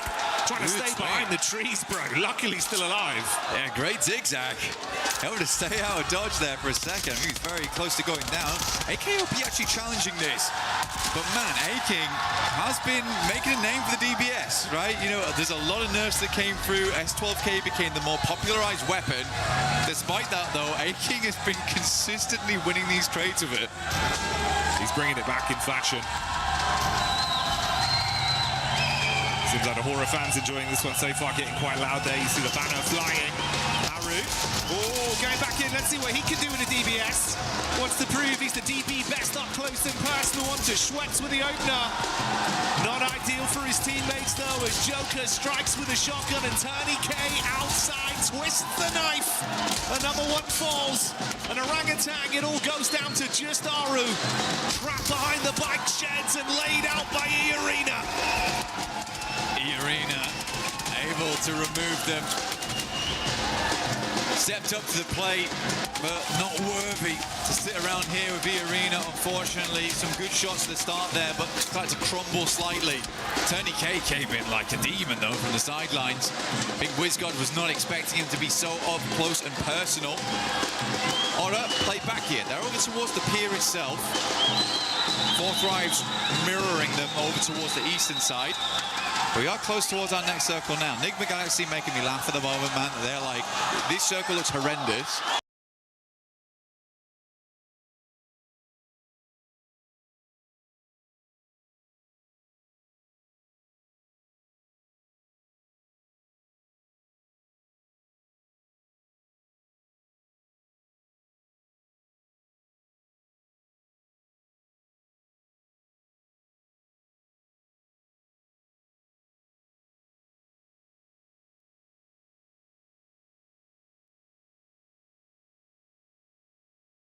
We're going to play in our drop spot for the rest of the game. We're going to get very looted before we even think about moving. And we're still on Sosnovka with this one. Fourth Rise looking good. Down towards the southern edge here. Vitality trying to confirm over towards that compound that sits towards the field. I don't think that's a bad idea here. Gives you a lot of control of the Longwoods that sits around this area. Not sure what S2G is doing. I think they've got boats. Okay, that's fine. Yeah, it seems like at least one boat in play there. Dream scenario, maybe it's a hovercraft wrap back over to the mainland, grab their teammates, then get involved with the action later. Meanwhile, though, Godlike taking on Tiamba. Milu on his last leg, suffering a casualty there for the Tiamba squad. It's a decent start, but Godlike have received one knock onto their roster. This is the establisher. You can see the fight here from the top down. QZZ with a nade into the ditch. Manya very low, but backpedals into safety with cover to play with. Right, first nade goes long here. X-Power holding down the fortress, keeping that drawbridge pulled up. Takes a fair bit of damage here, but he's refusing to move. Manya will reinforce the front gates.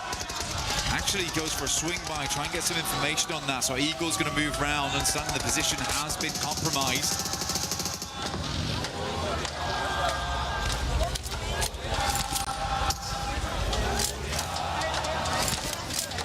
Slowly really trying to take some space back. Faint smoke wall goes up. Ooh, only gets worse for Aurora as well. And that's quick from Alula finding them. This was the other team that was on the island. There's now a third party that's joined them with that late rotation round from S2G. Looks like they did go back to grab the rest of the squad. Yeah, it was Kamikaze in the hovercraft. That's paid off for them to fight towards them. Ulf, interestingly, taking the hit over as well to Godlike, so that battle turns into a third-party fight. Good for Godlike there, quick swing around. Take shots over towards Ulf. For them, Ulf should be able to pick the players back up. They've got a good spot right now. It's not as safe as they might like it to be, but it is decently central. It feels like the circle's peeling away from Sosnovka at this point. They have very limited space to work with. Alula trying to make the cross. S2G, Hamzi at distance. Will find a shot over towards Aurora there, leaving them at 0. Out of the game early, 23 points is where they'll end. On a single point earned on this one.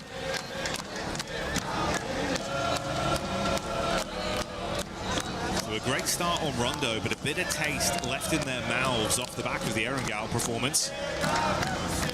These guys have been playing the same game. I think it's the first time they've been inside the circle since the beginning. How does their entry work, actually? How are we still on the bridge? Yeah, this is kind of unreal. At some point, I thought we'd move. Yeah, we're still here. I mean, Sosnovka's still in as well. I cannot believe this.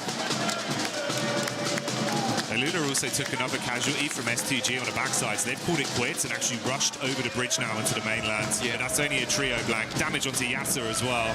Oh, Enigma Galaxy might try and trade up. They're just in. They're just in. They're absolutely playing a different game at the moment. I mean, I'm glad finally there's some shots that go towards them now. It's just such a wild play from Enigma Galaxy. Coop's taking a hell of a lot of damage. Slowly careen it back in towards his team. And lock it down. They have lost one off the back of that. Vehicles are smoking, flaming. Flashes Dashwood going out. I mean, that's 3 eliminations potential there for them, but they're worried about these sidelines to the side. Furia. Ooh. Go on. Give it some welly.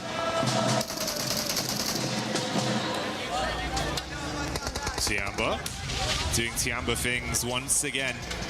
Tony K low on HP on the top floor, upside in the attic.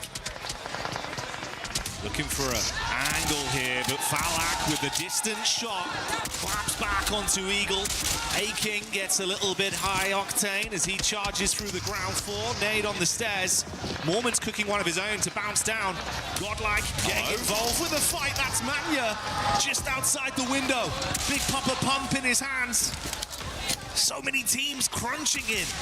Yeah, good Molotov here, but really good timing from Godlike as they move into this one, just leaving Aking alive here for Tiamba. Irina on the upstairs with the 4v2v1. Really good stuff. I mean, this is a good entry point coming through for Godlike, and they understand if they can get rid of 2 teams, they're going to be opening up a lot of space down here. Edmino still at high HP count, but Manya finally does fall here to a nade from Mormon. Tiamba goes down.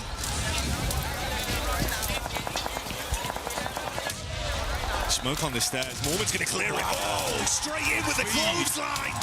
Whoa! The turnaround. Mormon saying, "Feed me more," as Godlike charge into him. Quick decision, but not fast enough on the mantle.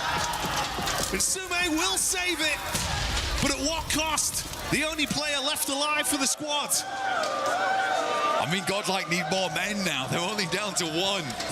What a play from Mormon. The speed, the velocity. Straight in there, no qualms. Now Vitality, they're up into it. This place has been the graveyard of 5 separate teams so far.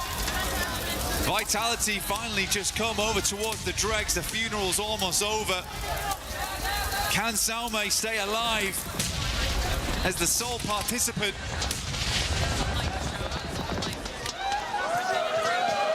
The Vitality a victim from the top floor. Or will they just be signing their death warrants on entry? Axel being shot in the back. A new challenger arrives. It's Hora in the distance as Jiggle is able to punish and soften them, leaving them with 3 players left. Sume still just guarding the stairs with a nade pin pulled. He's going to go down. Razak on a dive around the corner. He wants to punish him with a shot here. Will find it. Really, really good job from Razak. I think you have to make that play in that moment as well. You hear the pin pull coming down, trying to get the res off. You're trying to go for the revive, get some respite in that location.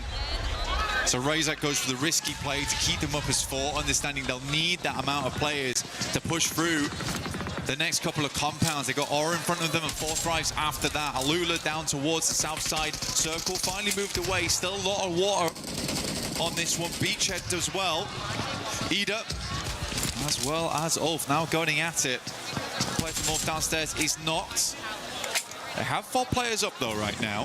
This is very easy to recover from. Well, it should be.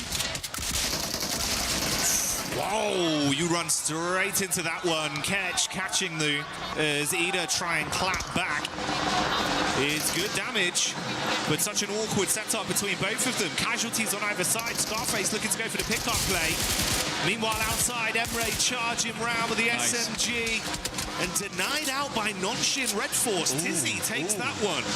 Nongshim could push this pretty quickly. Ulf is not looking too good right now. Neither is Vitality. Flipping into action. They lose a vehicle. Razy and Razak try and get the buggy through the window, but end up dismantling through normally. That was a speedy rotate. I like that. You know, cut your losses. Moving through Aura as well as 4th Rise is going to be hard, and eventually you get third party by one of them. You hear the engagement happening on the north. You send it. Now Ulf is in a very tricky spot. Cut between 2 strong teams in Nongshim as well as Vitality. Quick decisions and shades of the Vitality that we were so impressed by prior. Once again, back on our screens, it's only the 1 elim they've been able to garner so far. But they are licking their lips at the prospect of so much more.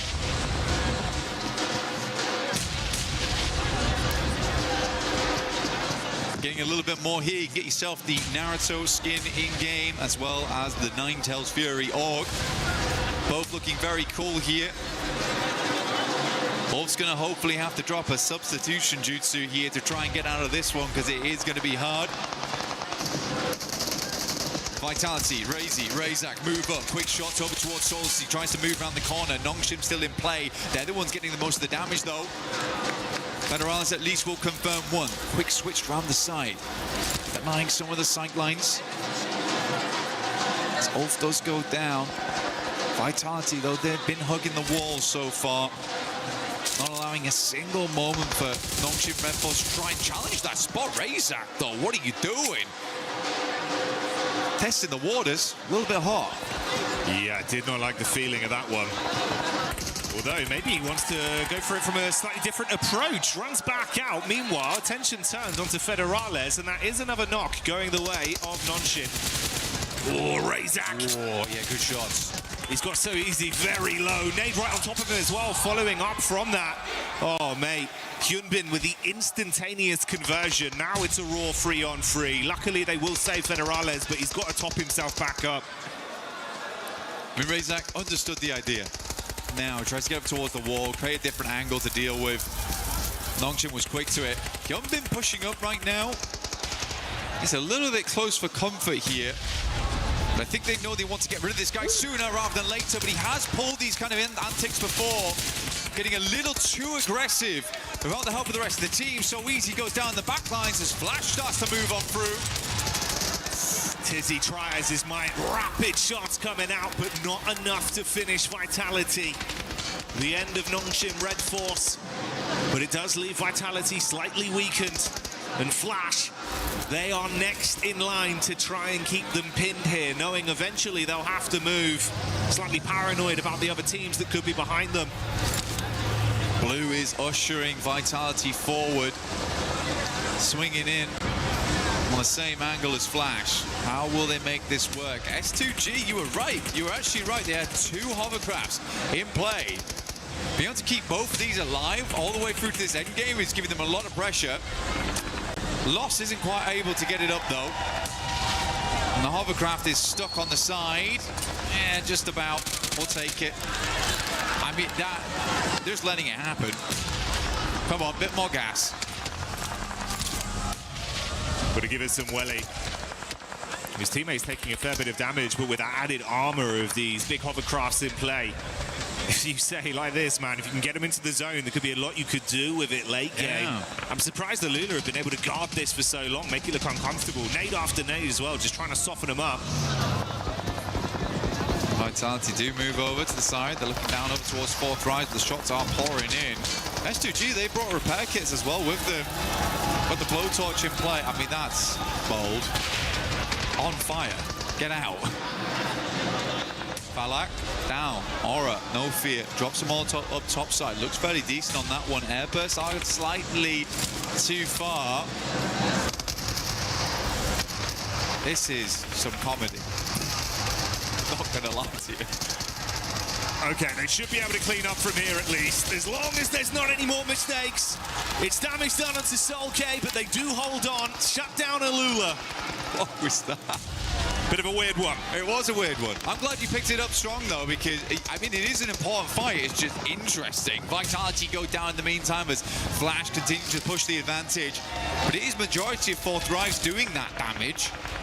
Enigma Galaxy, after their strange approach from the early game, now going out slowly but surely. Just Rauf as well as Lord. Flash has been all over the place so far. Next circle will pull in stage 7. Fourth Rise have been weathering it, though. They have held a ton of space. It has been a little bit greedy, but they've been doing a good job of playing off one another. Yes, they've taken some knocks here and there, but they've maintained a 4-man. They're in this area early, and they understand better than anyone else. This is a game that they should be doing well on. I don't think I'd put as much pressure on to say this is a game they should win from the spot they had at the start, but it should be at least a top 5, which I think, you know, we've already achieved. So this is a good game from Fourth Rise and shows that they still have it in them. And with them being able to have enough timing here to get IQ back up once again, the 2-2 split from them could still pay dividends massively. It's been a very elongated firefight between them and Hora, effectively just mirroring each other's movement up along the ridge into the zone. A little bit more split here. No fear in the back, trying to protect some Overwatch. Right above you in the building as well. Meanwhile, that's an engagement over onto Enigma Galaxy. S2G, after moving in and cleaning out Alula, they head center zone, and they find the final blow there. Goodbye, Enigma Galaxy. S2G stealing points here, there, and everywhere. Do we have to call this play the kamikaze from now on, where S2G just launch him out like a rocket to center circle and leave him there on his own? This is the kamikaze. This is crazy stuff. The rest of S2G trying to regroup with him, but it's not likely. Kamikaze in play right now. The other hovercraft does go down, not really any other vehicles. Might need to regroup, pick it back up again, but Kamikaze, he's going to hold that spot. He's planted the flag, the S2G flag. T24 goes down, jiggle around the side. Ooh, Sleepy. Top side of the stairs, but you can't weather the storm as Fourth Rise arrives, and the brain of the operation kicks in the brawn. The shotgun does damage. Falak there in the back line to assist, but no fear. Charging up. He's going to play on the edge, wants to run in now with the timing, see if he can shut them down. Falak charges back, can't do it. No fear, holds on. Quick switch to the primary. Gets himself onto an off angle.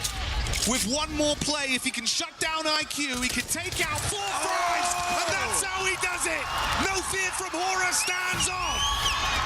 Absolutely not frightened in the slightest as he moves downstairs, pushes up into the dark, and Fourth Rise will fall.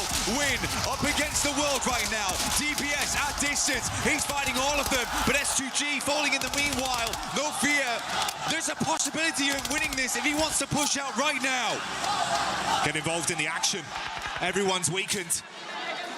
Doesn't have all the info we do right now. He's going to top himself back up, play the slow game. That's Flash losing their last man there, with Kamikaze continuing to punish. Oh, a horrible spot. Tries to get the heal in. Kamikaze's got a single nade in the back pocket if he chooses to dash it. They've got clear vision now. Peppering the bullets. This is it. Pulls the pin, looking to cook. Let's see if he can land it. Kamikaze looking for it now. A bit of splash damage. We're not just there yet. Kamikaze keeps spraying the right location with the bullets, peppering the ground, picking up mud. Solke in the back lines. What's left out here? Quite an unfamiliar target. Solke will take down tops, but Kamikaze is out, and we're down to a 1 versus 1 versus 1. The outside contender in No Fear. Solke looking at both angles. The battle of the solos to decide our second game chicken dinner. No Fear already picking up that big clutch. He's amped up as an individual. Got a rough read on where he believes Solke can be stationed, tucked in behind this burnt-out hovercraft. I don't think he knows. I think he knows there's a team in that general direction, but he does not know where No Fear is. Hamzy G finally goes down. I think No Fear has a rough idea that he's playing on this hovercraft, though. He has the information. Watching both of them. This would be an unbelievable double clutch up versus 4 thrives into the last 2 teams. Zeus is just pushing forward. Instant spot, though, over towards No Fear. And now Zeus with all to do here. Flash, who had swept everyone aside. Solke, the last to fall potentially here versus Team Flash. Zeus, the lightning reactions for Flash have guaranteed them a second place, but can he take it to first, or will Solke get it done for S2G? A smoke wall, giving him limited play space. That tree, the only protection for the peak for Flash. He's going to make his move, starts charging in, wants to close the distance. Here's the peak up, bullets on target. Suya so low, buckles under the pressure. That's the damage coming through as they lock it in. S2G, okay, at the end of the game for S2G. Then a lot of confidence coming into this one. They look good on the stage, they look good in the game. Is this the S2G comeback that we were looking for? Aggression, confidence, some brilliant gun skill. Showing us a lot of the moves we needed to see on that one. A smart rotation from start to finish as well, playing by their own rules, Blank. I think the thing for me is just, man, 2 matches so far, they have been both electric. I mean, this shot from Zeus. Oh, the quick reactions, dude. That sent me. His eyes must be going 2 different directions, man. He'd be seeing everything. He was so locked in for an S2G fight. I don't even know how he clocked him, but instantly. He said it, lightning flash reactions. That's what it is. I mean, it's so good from this team so far. I mean, they were involved in everything. Yeah. I think Horror, honestly, for them, yeah, it's a tough fight versus 4 tries, but you've got to be happy with the way that No Fear clutched up there. That is an incredible finish of those guys. Yes, Horror had a good spot on the sideline, but it's so many teams constantly pouring in, cycling out time and time again. I don't think that was an easy game whatsoever. And you can feel it looks a little bit different with this lobby compared to what we had in isolation in groups, right? Yeah. Everyone's so much more quick to the punch. A lot more early contact. And it feels like sometimes we were seeing maybe a bit too much respect for the big dogs. Now everyone's playing on the same level. It feels like we're all on an equal footing here. And they're giving it their best. It really has changed the dynamic. But let's get down and hear from Kalaris himself on the stage about what they have to say. Thank you very much, Jackie. Yes, you can cut the tension with a knife here at the moment for our first 2 games. And I'm here with our winners from Game 1, of course, Ralph from Nigma Galaxy, to talk to about them. Some of the games that have happened so far. So let's talk about that first game, in that late game against Aurora there. What was your anticipation as a team? Did you think Aurora had maybe moved a little bit earlier? Or talk to me about the late game and what you guys were experiencing. I mean, we didn't really know. We didn't have much info. But we just played it slow. We took our fights that we need to take, and we just secured the win at the end. I mean, it looks good at the end, right? Of course, getting that many points off of a Rondo. Not a bad start at all for a grand final like this. That second game, a bit harder, I think. Yeah, second game was a bit harder. I mean, we have a team hot dropping us, but they're scared to fight. I don't know, they're camping. So we'll see next games what they do. I was going to say, were you surprised by that? Because it was in the back. We were a little surprised that they were going to come your way. As we've talked about multiple times, it's your territory. So what are they doing? They know we won't change, so they're just wasting their time. And they're coming to fight, but they don't want to fight. So I'm really confused right now. All right, well, thank you very much for joining me here, Ralph. You heard it out there. He's got his eyes on you. brain's blank and I've had 4 coffees and I'm testing my reaction time right now. I'm Hot Jukes. I just had a massage and this is my reaction time. Let's get it.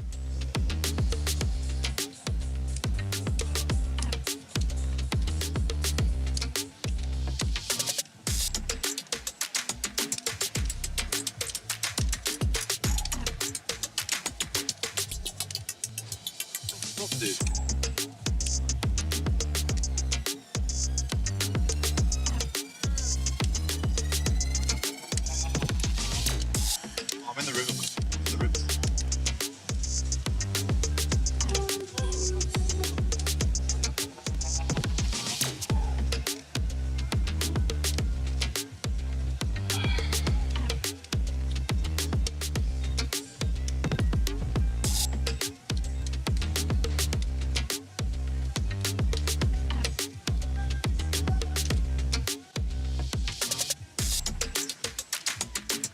Yeah, so my reaction score is pretty damn good. I actually don't think it has something to do with anything else or anything like that. But what about you, Jukes? I don't care. Cut.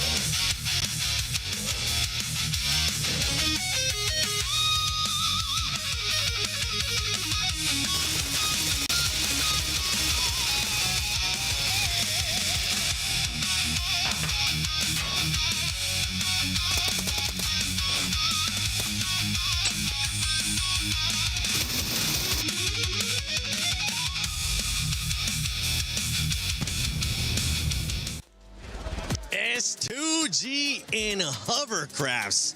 That is like white on rice right now because my goodness, what a performance out of that squad. Before we break down that second match here in finals, don't forget that we do have the fan experience that you can check out here at EWC. Make sure you go check it out. You can check out the new mode, Brain Rot Royale. Check out the collaboration right now that PUBG Mobile is doing with Naruto and so much more. And you can win some really cool shirts, which actually we've been wearing them. Not right now. I think Jukes does have one on, but you'll be able to check out so much stuff. Yeah, check out that still Brain Rot. I mean, Brain Rot Royale. I've been playing it. I think I got to level 7. I've seen people being able to get to level 11. I gotta grind some more. Wow, 7.7. Yeah. Hey. Yes. Gotta keep it on brand, baby. Now that's it. I'm not gonna be playing it anymore. But S2G, Jukes. Bro. My goodness. Oh, dude, that double hovercraft play right there at the end was absolutely insane. They were able to take out Aula in a very nice way. And then just, I like to see that they kept one player there, right by the water, behind the hovercraft, just in case. And he was able to clutch it up at the end and get that chicken dinner. Finally, an S2G win, and nice and early.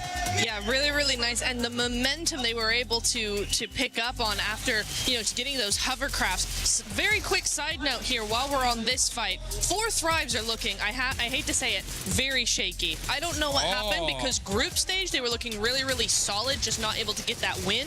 Here, the splits are kind of off. They're pushing one by one. They're not really communicating, it feels like. So the last 2 games, I've not been super impressed with them, but hopefully that changes in the next game. And for 4 Thrives, I felt like it took him way too long, Neptura, to engage the fight there with Hora, just coexisting for too long. And No Fear came in clutch with that 1 versus 2.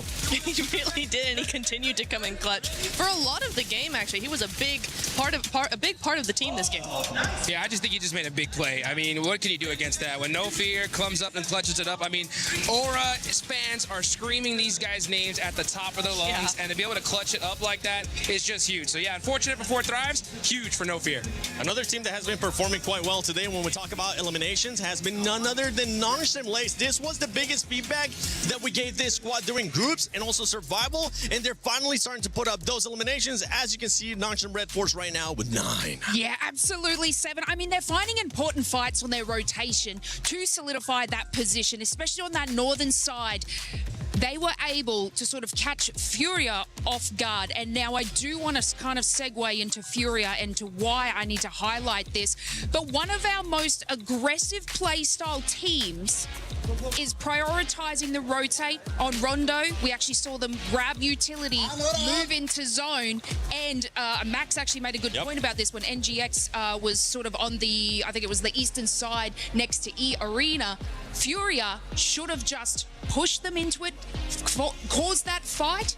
They would have had control over that whole entire side because they just sort of stopped the revive from Ulf. Then again, on this map, they found themselves in the position, and Nongshim from the northern side just obliterated their defense. This is just unusual for Furia. They are the power play team. They're the ones that get in a goddamn vehicle and shooting out the window and making that position them. It's just unusual. They're right. They are supposed to be that aggressive team, and they're currently not showcasing that. In the opposite, like you just mentioned, and I was mentioning too, Nongshim is putting up those eliminations. But something happened at the end of that last game with the hovercrafts and S2G. That was a little bit sketchy now.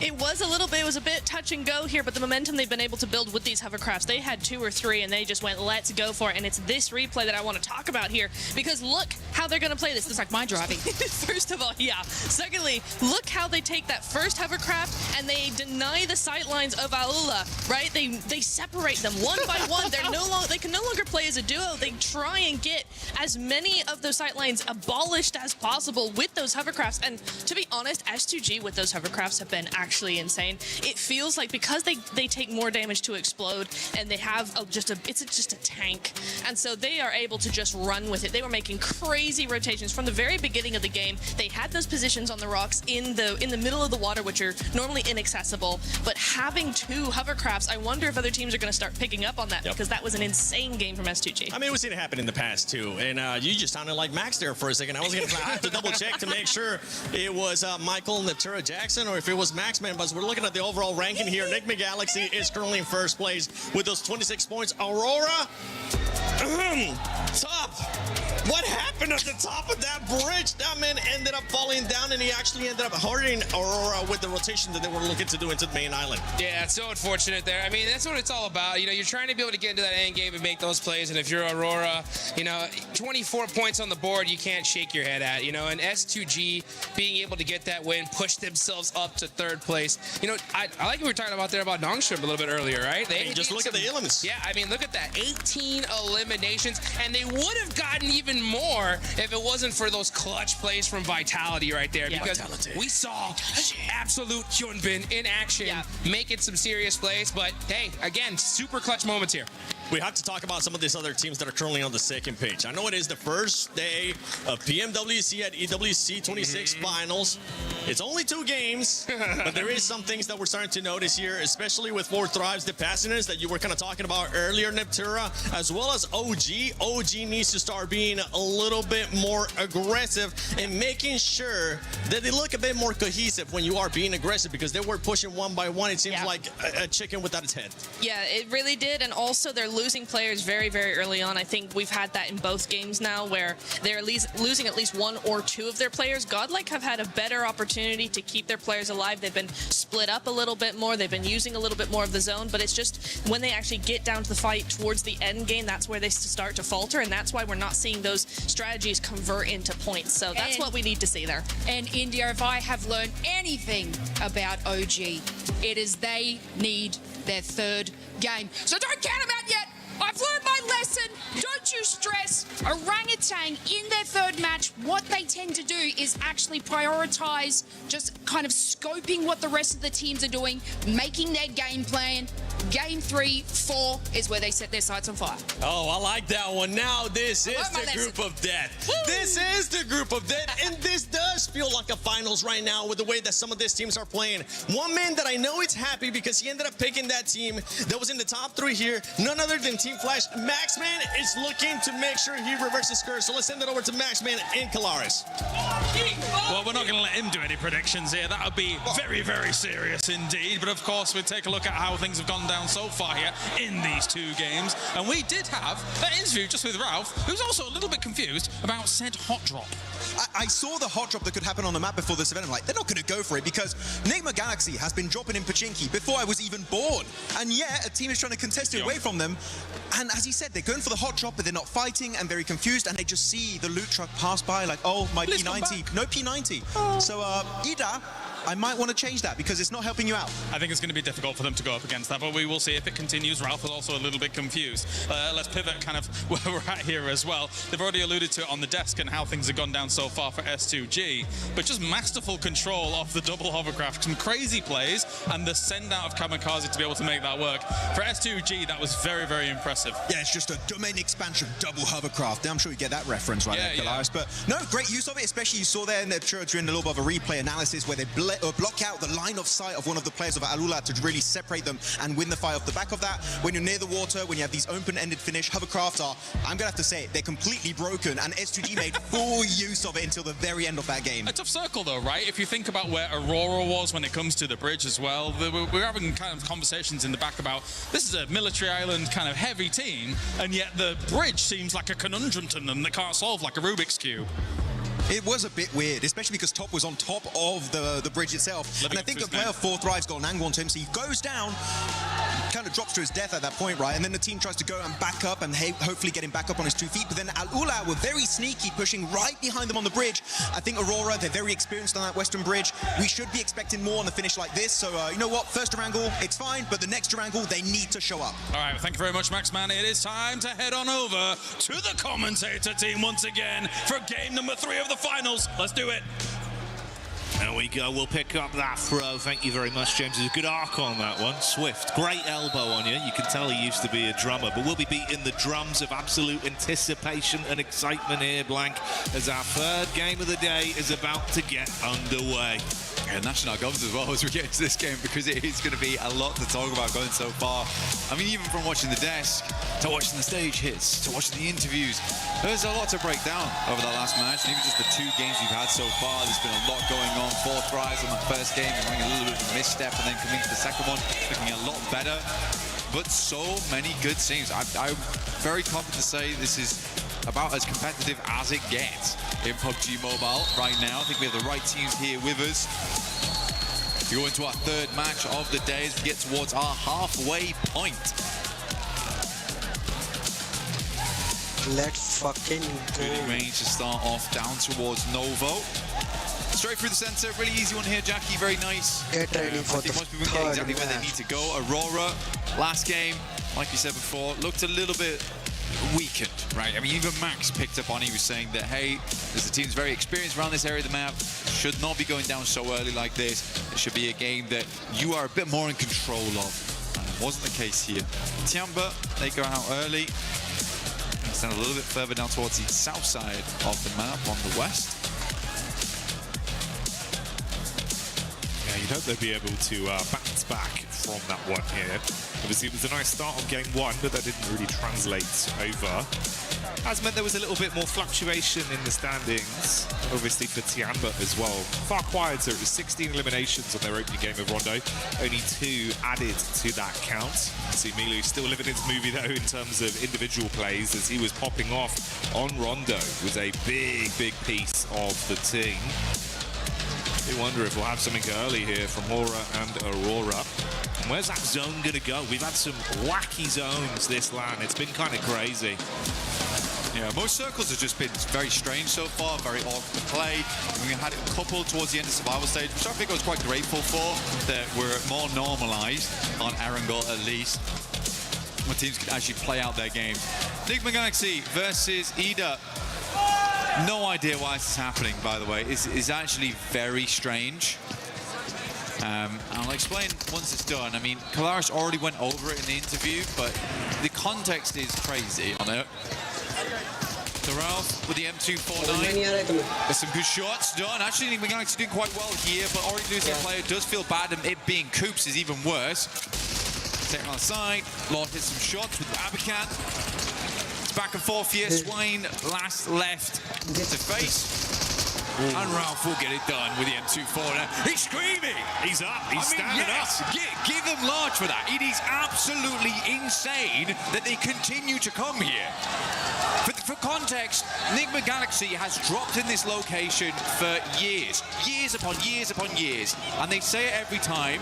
In fact, they actually say it to the crowd and to all the players.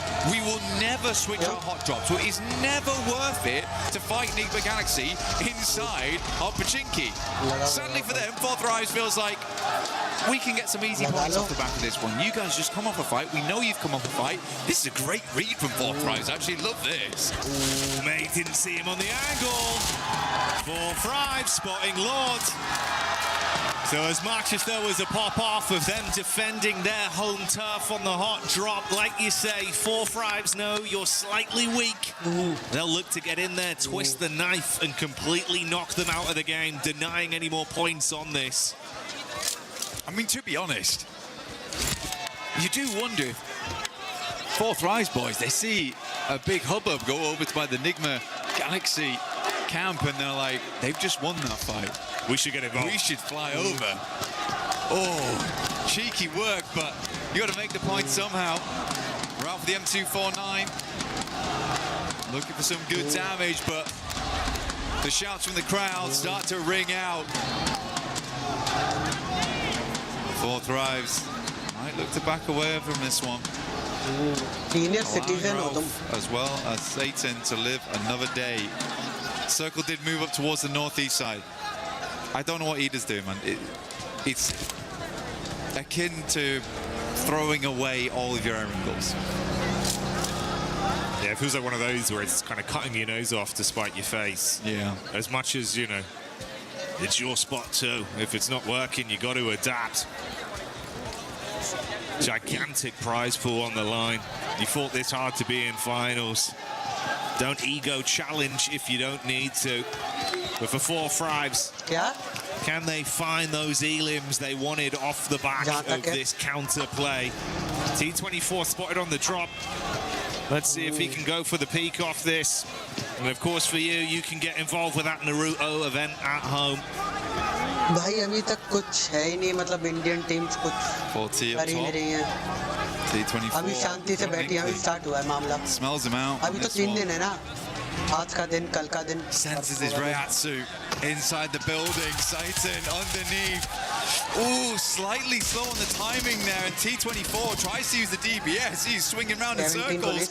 Satan's not sure where to look on this. The rest of Fourth Rise will come into hold. Finds the first. Takes more damage though. Ralph is nowhere nearby to help. Drops him down to 1. And it's an easy revive here on T24 inside the building. Church held. Then get the revive back on T24. Yeah. But Ralph's just had to stay, man. It's where he's been for so long. You'd be furious. Yeah, you'd be fuming. You win it twice. You win the hot drop twice back to back. It happens again, it costs you a game. And not even because of them. Well, that's the thing, it just comes back to haunt you, right? Here we go, this is the full replay on it, so you get all the action. Oh, mate, it's carnage from the start. Obviously, we had Coops go down early. Like you say, they pop off to win it. We saw the celebration from Ralph literally sending a message live in the event. Live in the flesh. Said it with his chest. They deserve the drop spot, but Ida don't want to give it up, and it's just really making it uncomfortable for both of those teams to get anything in these games. It's the best Nick McGalaxy's looked in a long time as well. I think that's the saddest thing about it, and now it's happened in finals. And it's happened so frequently in the past as well, where Nick McGalaxy's just got to challenge another team for their drop spot. It's not guaranteed theirs for sure, but they've held it the entire tournament. Come on, guys. No fear getting ran down by Aurora. Top will find him on the move. 4-5s did piece out, going slightly deeper into the zone to do a bit of loot, and obviously wasting a decent amount of time on that as well for the Elim. They were able to garner. India नहीं है, India यहाँ के लिए लगा दिया है. Vitality EWC down Paris towards the southwest, started in Kameshki style, but this time we're seeing him over towards Gakka. But the grab himself. India है. EWC भी है. The loot दोनों truck चैनल है. fiend as much as they can out from there. Circle up towards that north side, split between the lake, Yasnaya on the south side, on School, as well as Severny, shading range area. Tiamba tighten it in with E-Arena, Aurora, Godlike. Salme currently holding down the gas station. Pulse of fire. He can't come through here for repairs.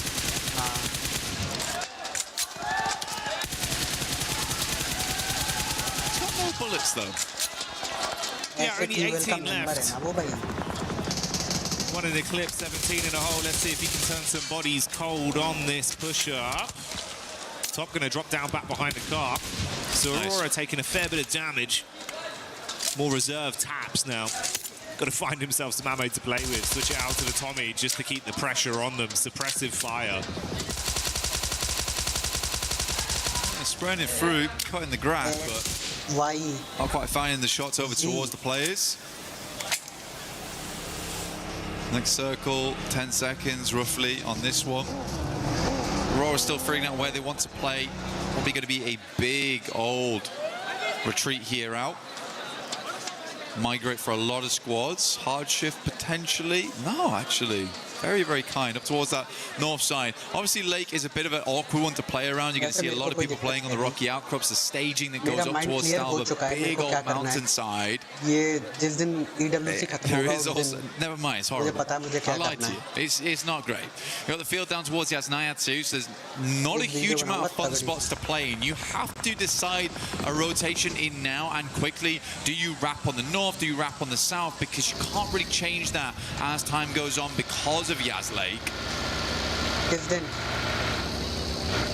Woman from the arena once again, being able to throw out some big uppercuts.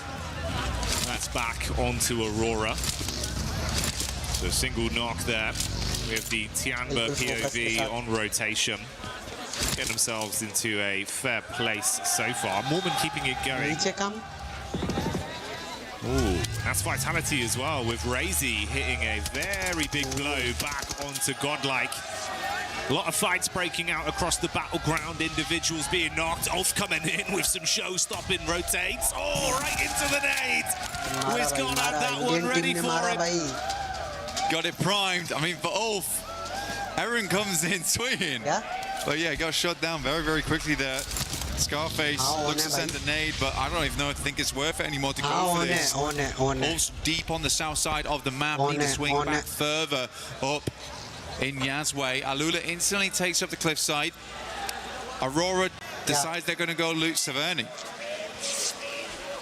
I mean, to be fair, they had taken quite a fair hit earlier on. Spent a little bit of ammo. Potentially some of the vests are starting to wear down, some of the helmets. Get some resets on that before you get moving. Okay.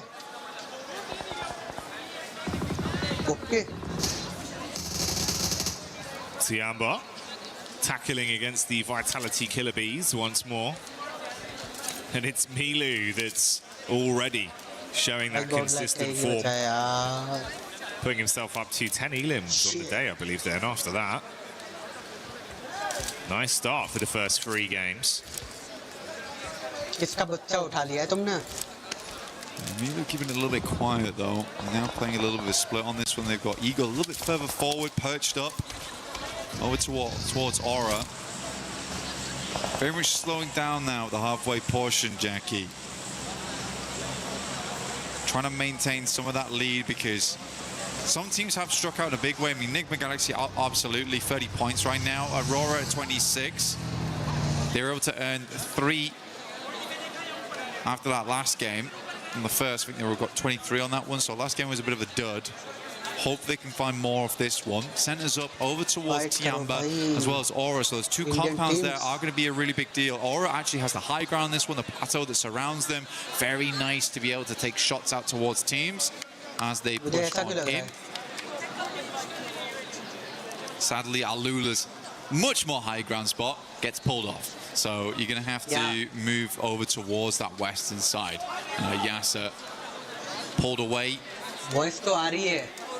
I like this move from 4 Thrives though, Jackie. This is good. वो तो ठीक है, voice तो आ रही है. 4 Thrives still looking pretty nice in some of the encounters we've seen individually.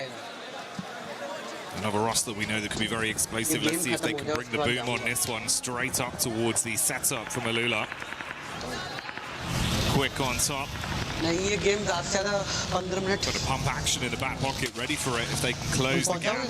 Bit of Overwatch from R3B on the top side with claws relatively close to assist. Fast reactions onto the position of Falag, but the shot's not connecting. Okay.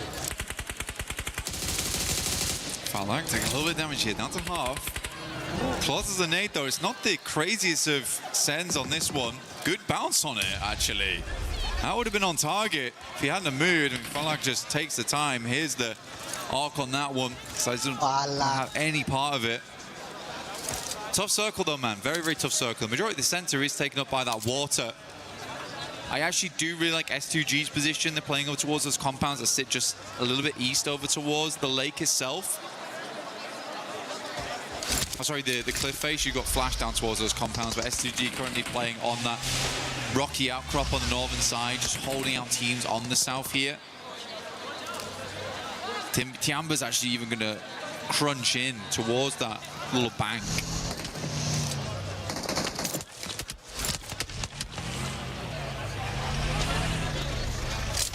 Fine margins between this going wrong for either of these two teams in 4 Thrives and Alula. So not wanting to risk it too much.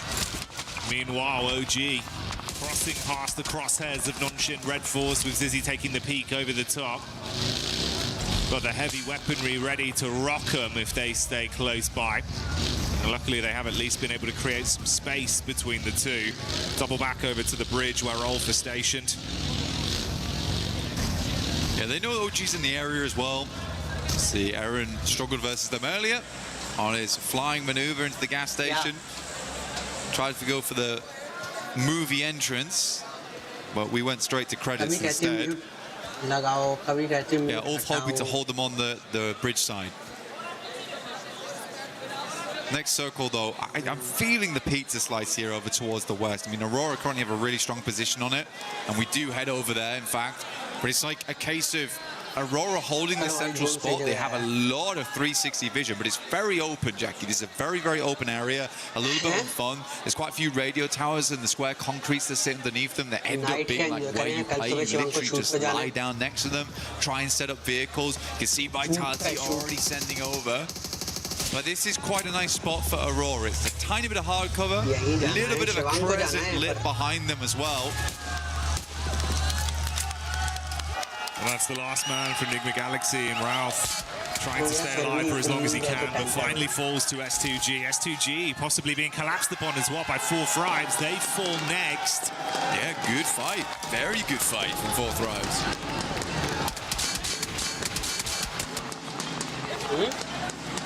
S2G tried to jump the gun there, Jackie, and ran straight into titanium wall. A lot of hopes riding on these 3 players from Aurora, though. Another good game here. Sits them a little bit further ahead. Make up for that previous match there on Arundel. Not the greatest of pushes across the bridge to begin.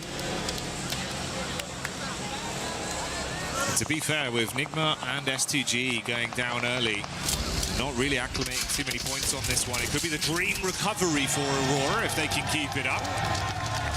Unfortunately for Godlike, Adamino unable to withstand the hit that is thrown towards him. Furia will get their mates back up and live on to fight on this one. 4 of our squads out of the running into the 3rd game so far. Nongshim on that south side, actually trying to push on in, but there's quite a few teams there. Nongshim's just going to barge over towards OG. Tanky's already down. Another nade towards the backside here. Good damage from Hyunbin, as always. Looking very, very strong. Hits the deck. Good dodge on that. Second nade's a bit stronger though. Aru now needs to get back into action. The rest of Nongshim Red Force lagging behind as Flash still continues to create a little bit of a nuisance for them in tops. It's back and forth blows, but Orangutan still being able to withstand. Uncomfortable for Nongshim, actually, man. Yeah, that's a nice flick back up towards the Wizard Tower, and it keeps him pinned in position so he can't provide too much Overwatch. Bad spot now. I mean, no position to help the rest of his team. It's a cool side swipe coming through from tops as well. Caused so many problems on the backline there for Nongshim Red Force. Just weren't quite quick enough. He's going to have an even deeper look into this one. He wants to get up close and personal, investigate.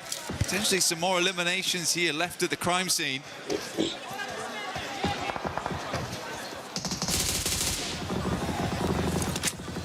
He's still trying to get an angle on this. The minute you got to move, he'll be ready for the catch. Furia over on the other side of the coast have been taking shots over as well, so it's all been a little bit uncomfortable for the four squads that have been collapsing in onto that one position. This gas station for OG somehow being a very formidable defensive area. Oh. Calling it from zone 3 there. I got a little bit lucky, but yeah, Aurora in a really, really good spot now. This is definitely redeemable city here for Aurora. We just need to not see them go for something silly again. That is all.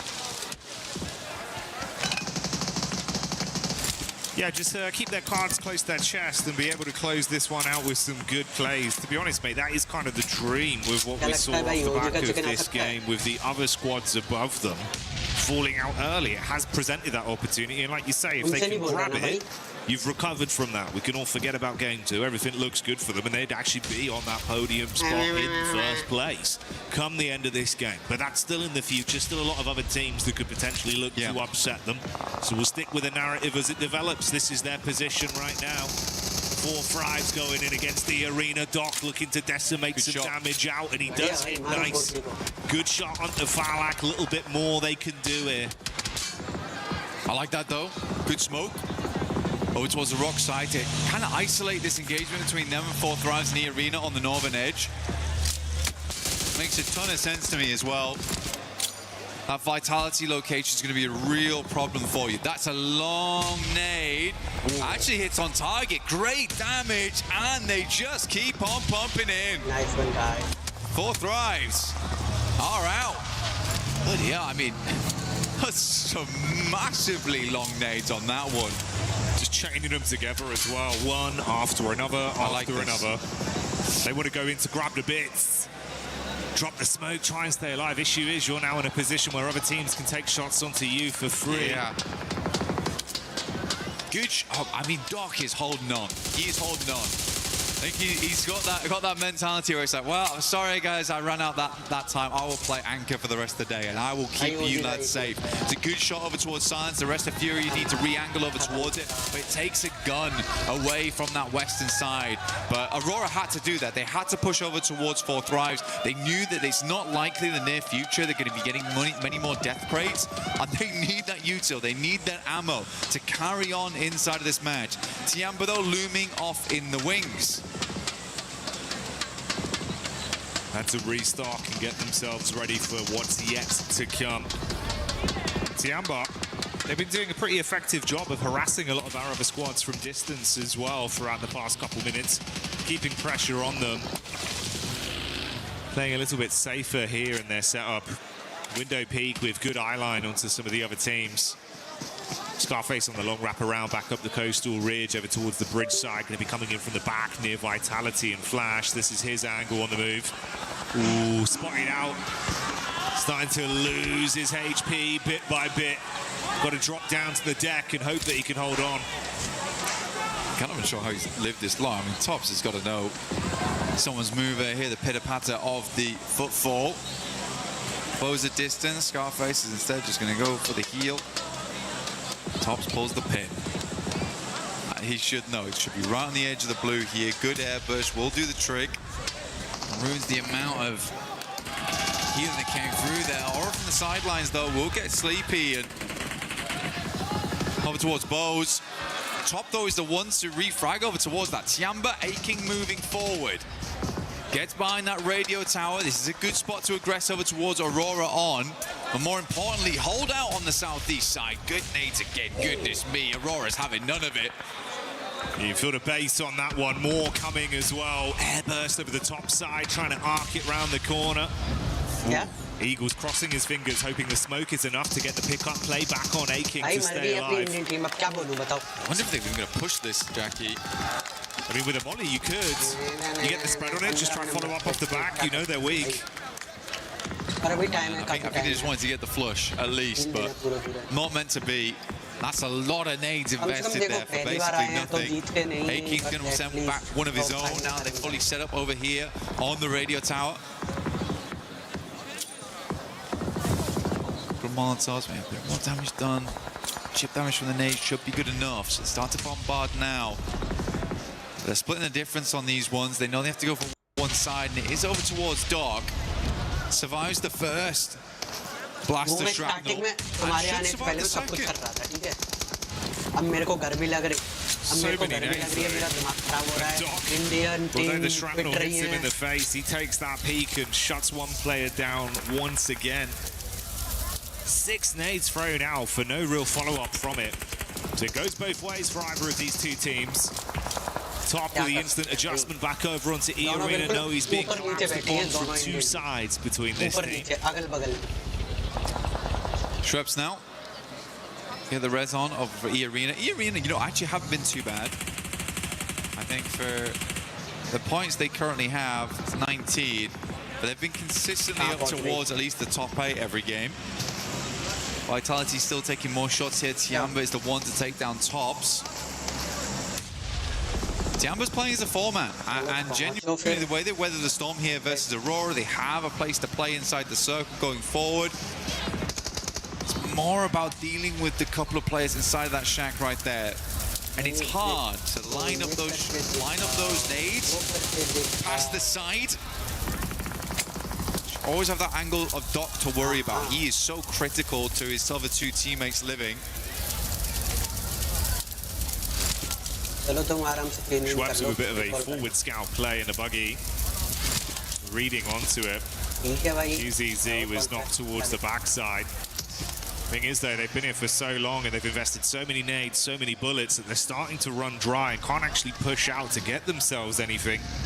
Availability of crates becoming an all-time premium.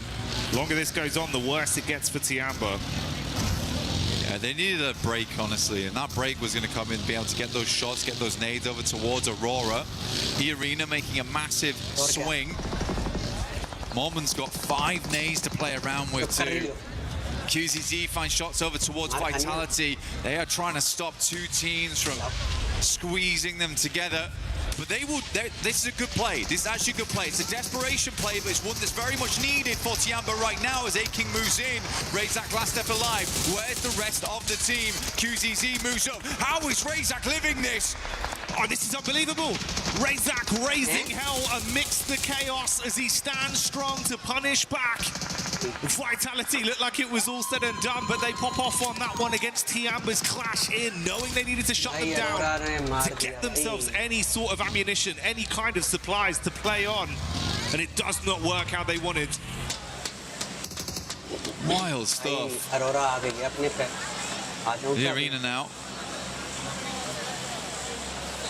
Send some nades in. Joel's the first to fall off the back of that. They have just played this game nice and slow from that northern side. Try not to get too involved in things. They've been saving up these nades for that end game. Mormon will move in and just completely cleans them out. This guy's been unbelievable with the S12K today.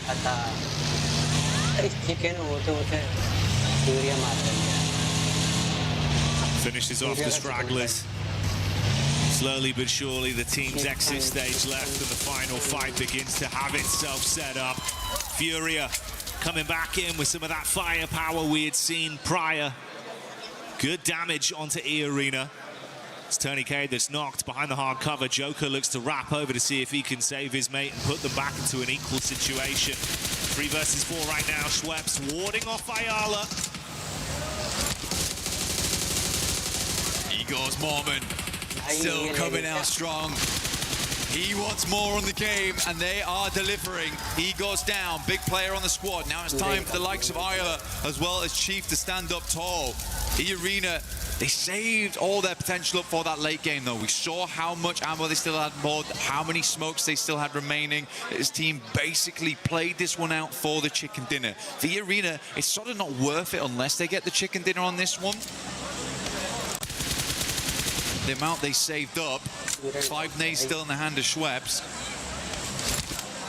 Getting a second place is nice though, but yeah, it's this open ground, disgusting to work with. Furia is lining up for a big old bombardment from E-Arena in the near future though.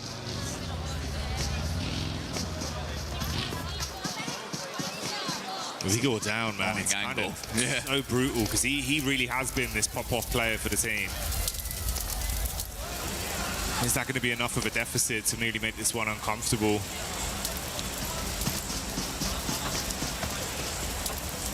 But Igor, he's just providing all the information back all the time. Chief moves up over towards the loot crate. The nade has to be invested.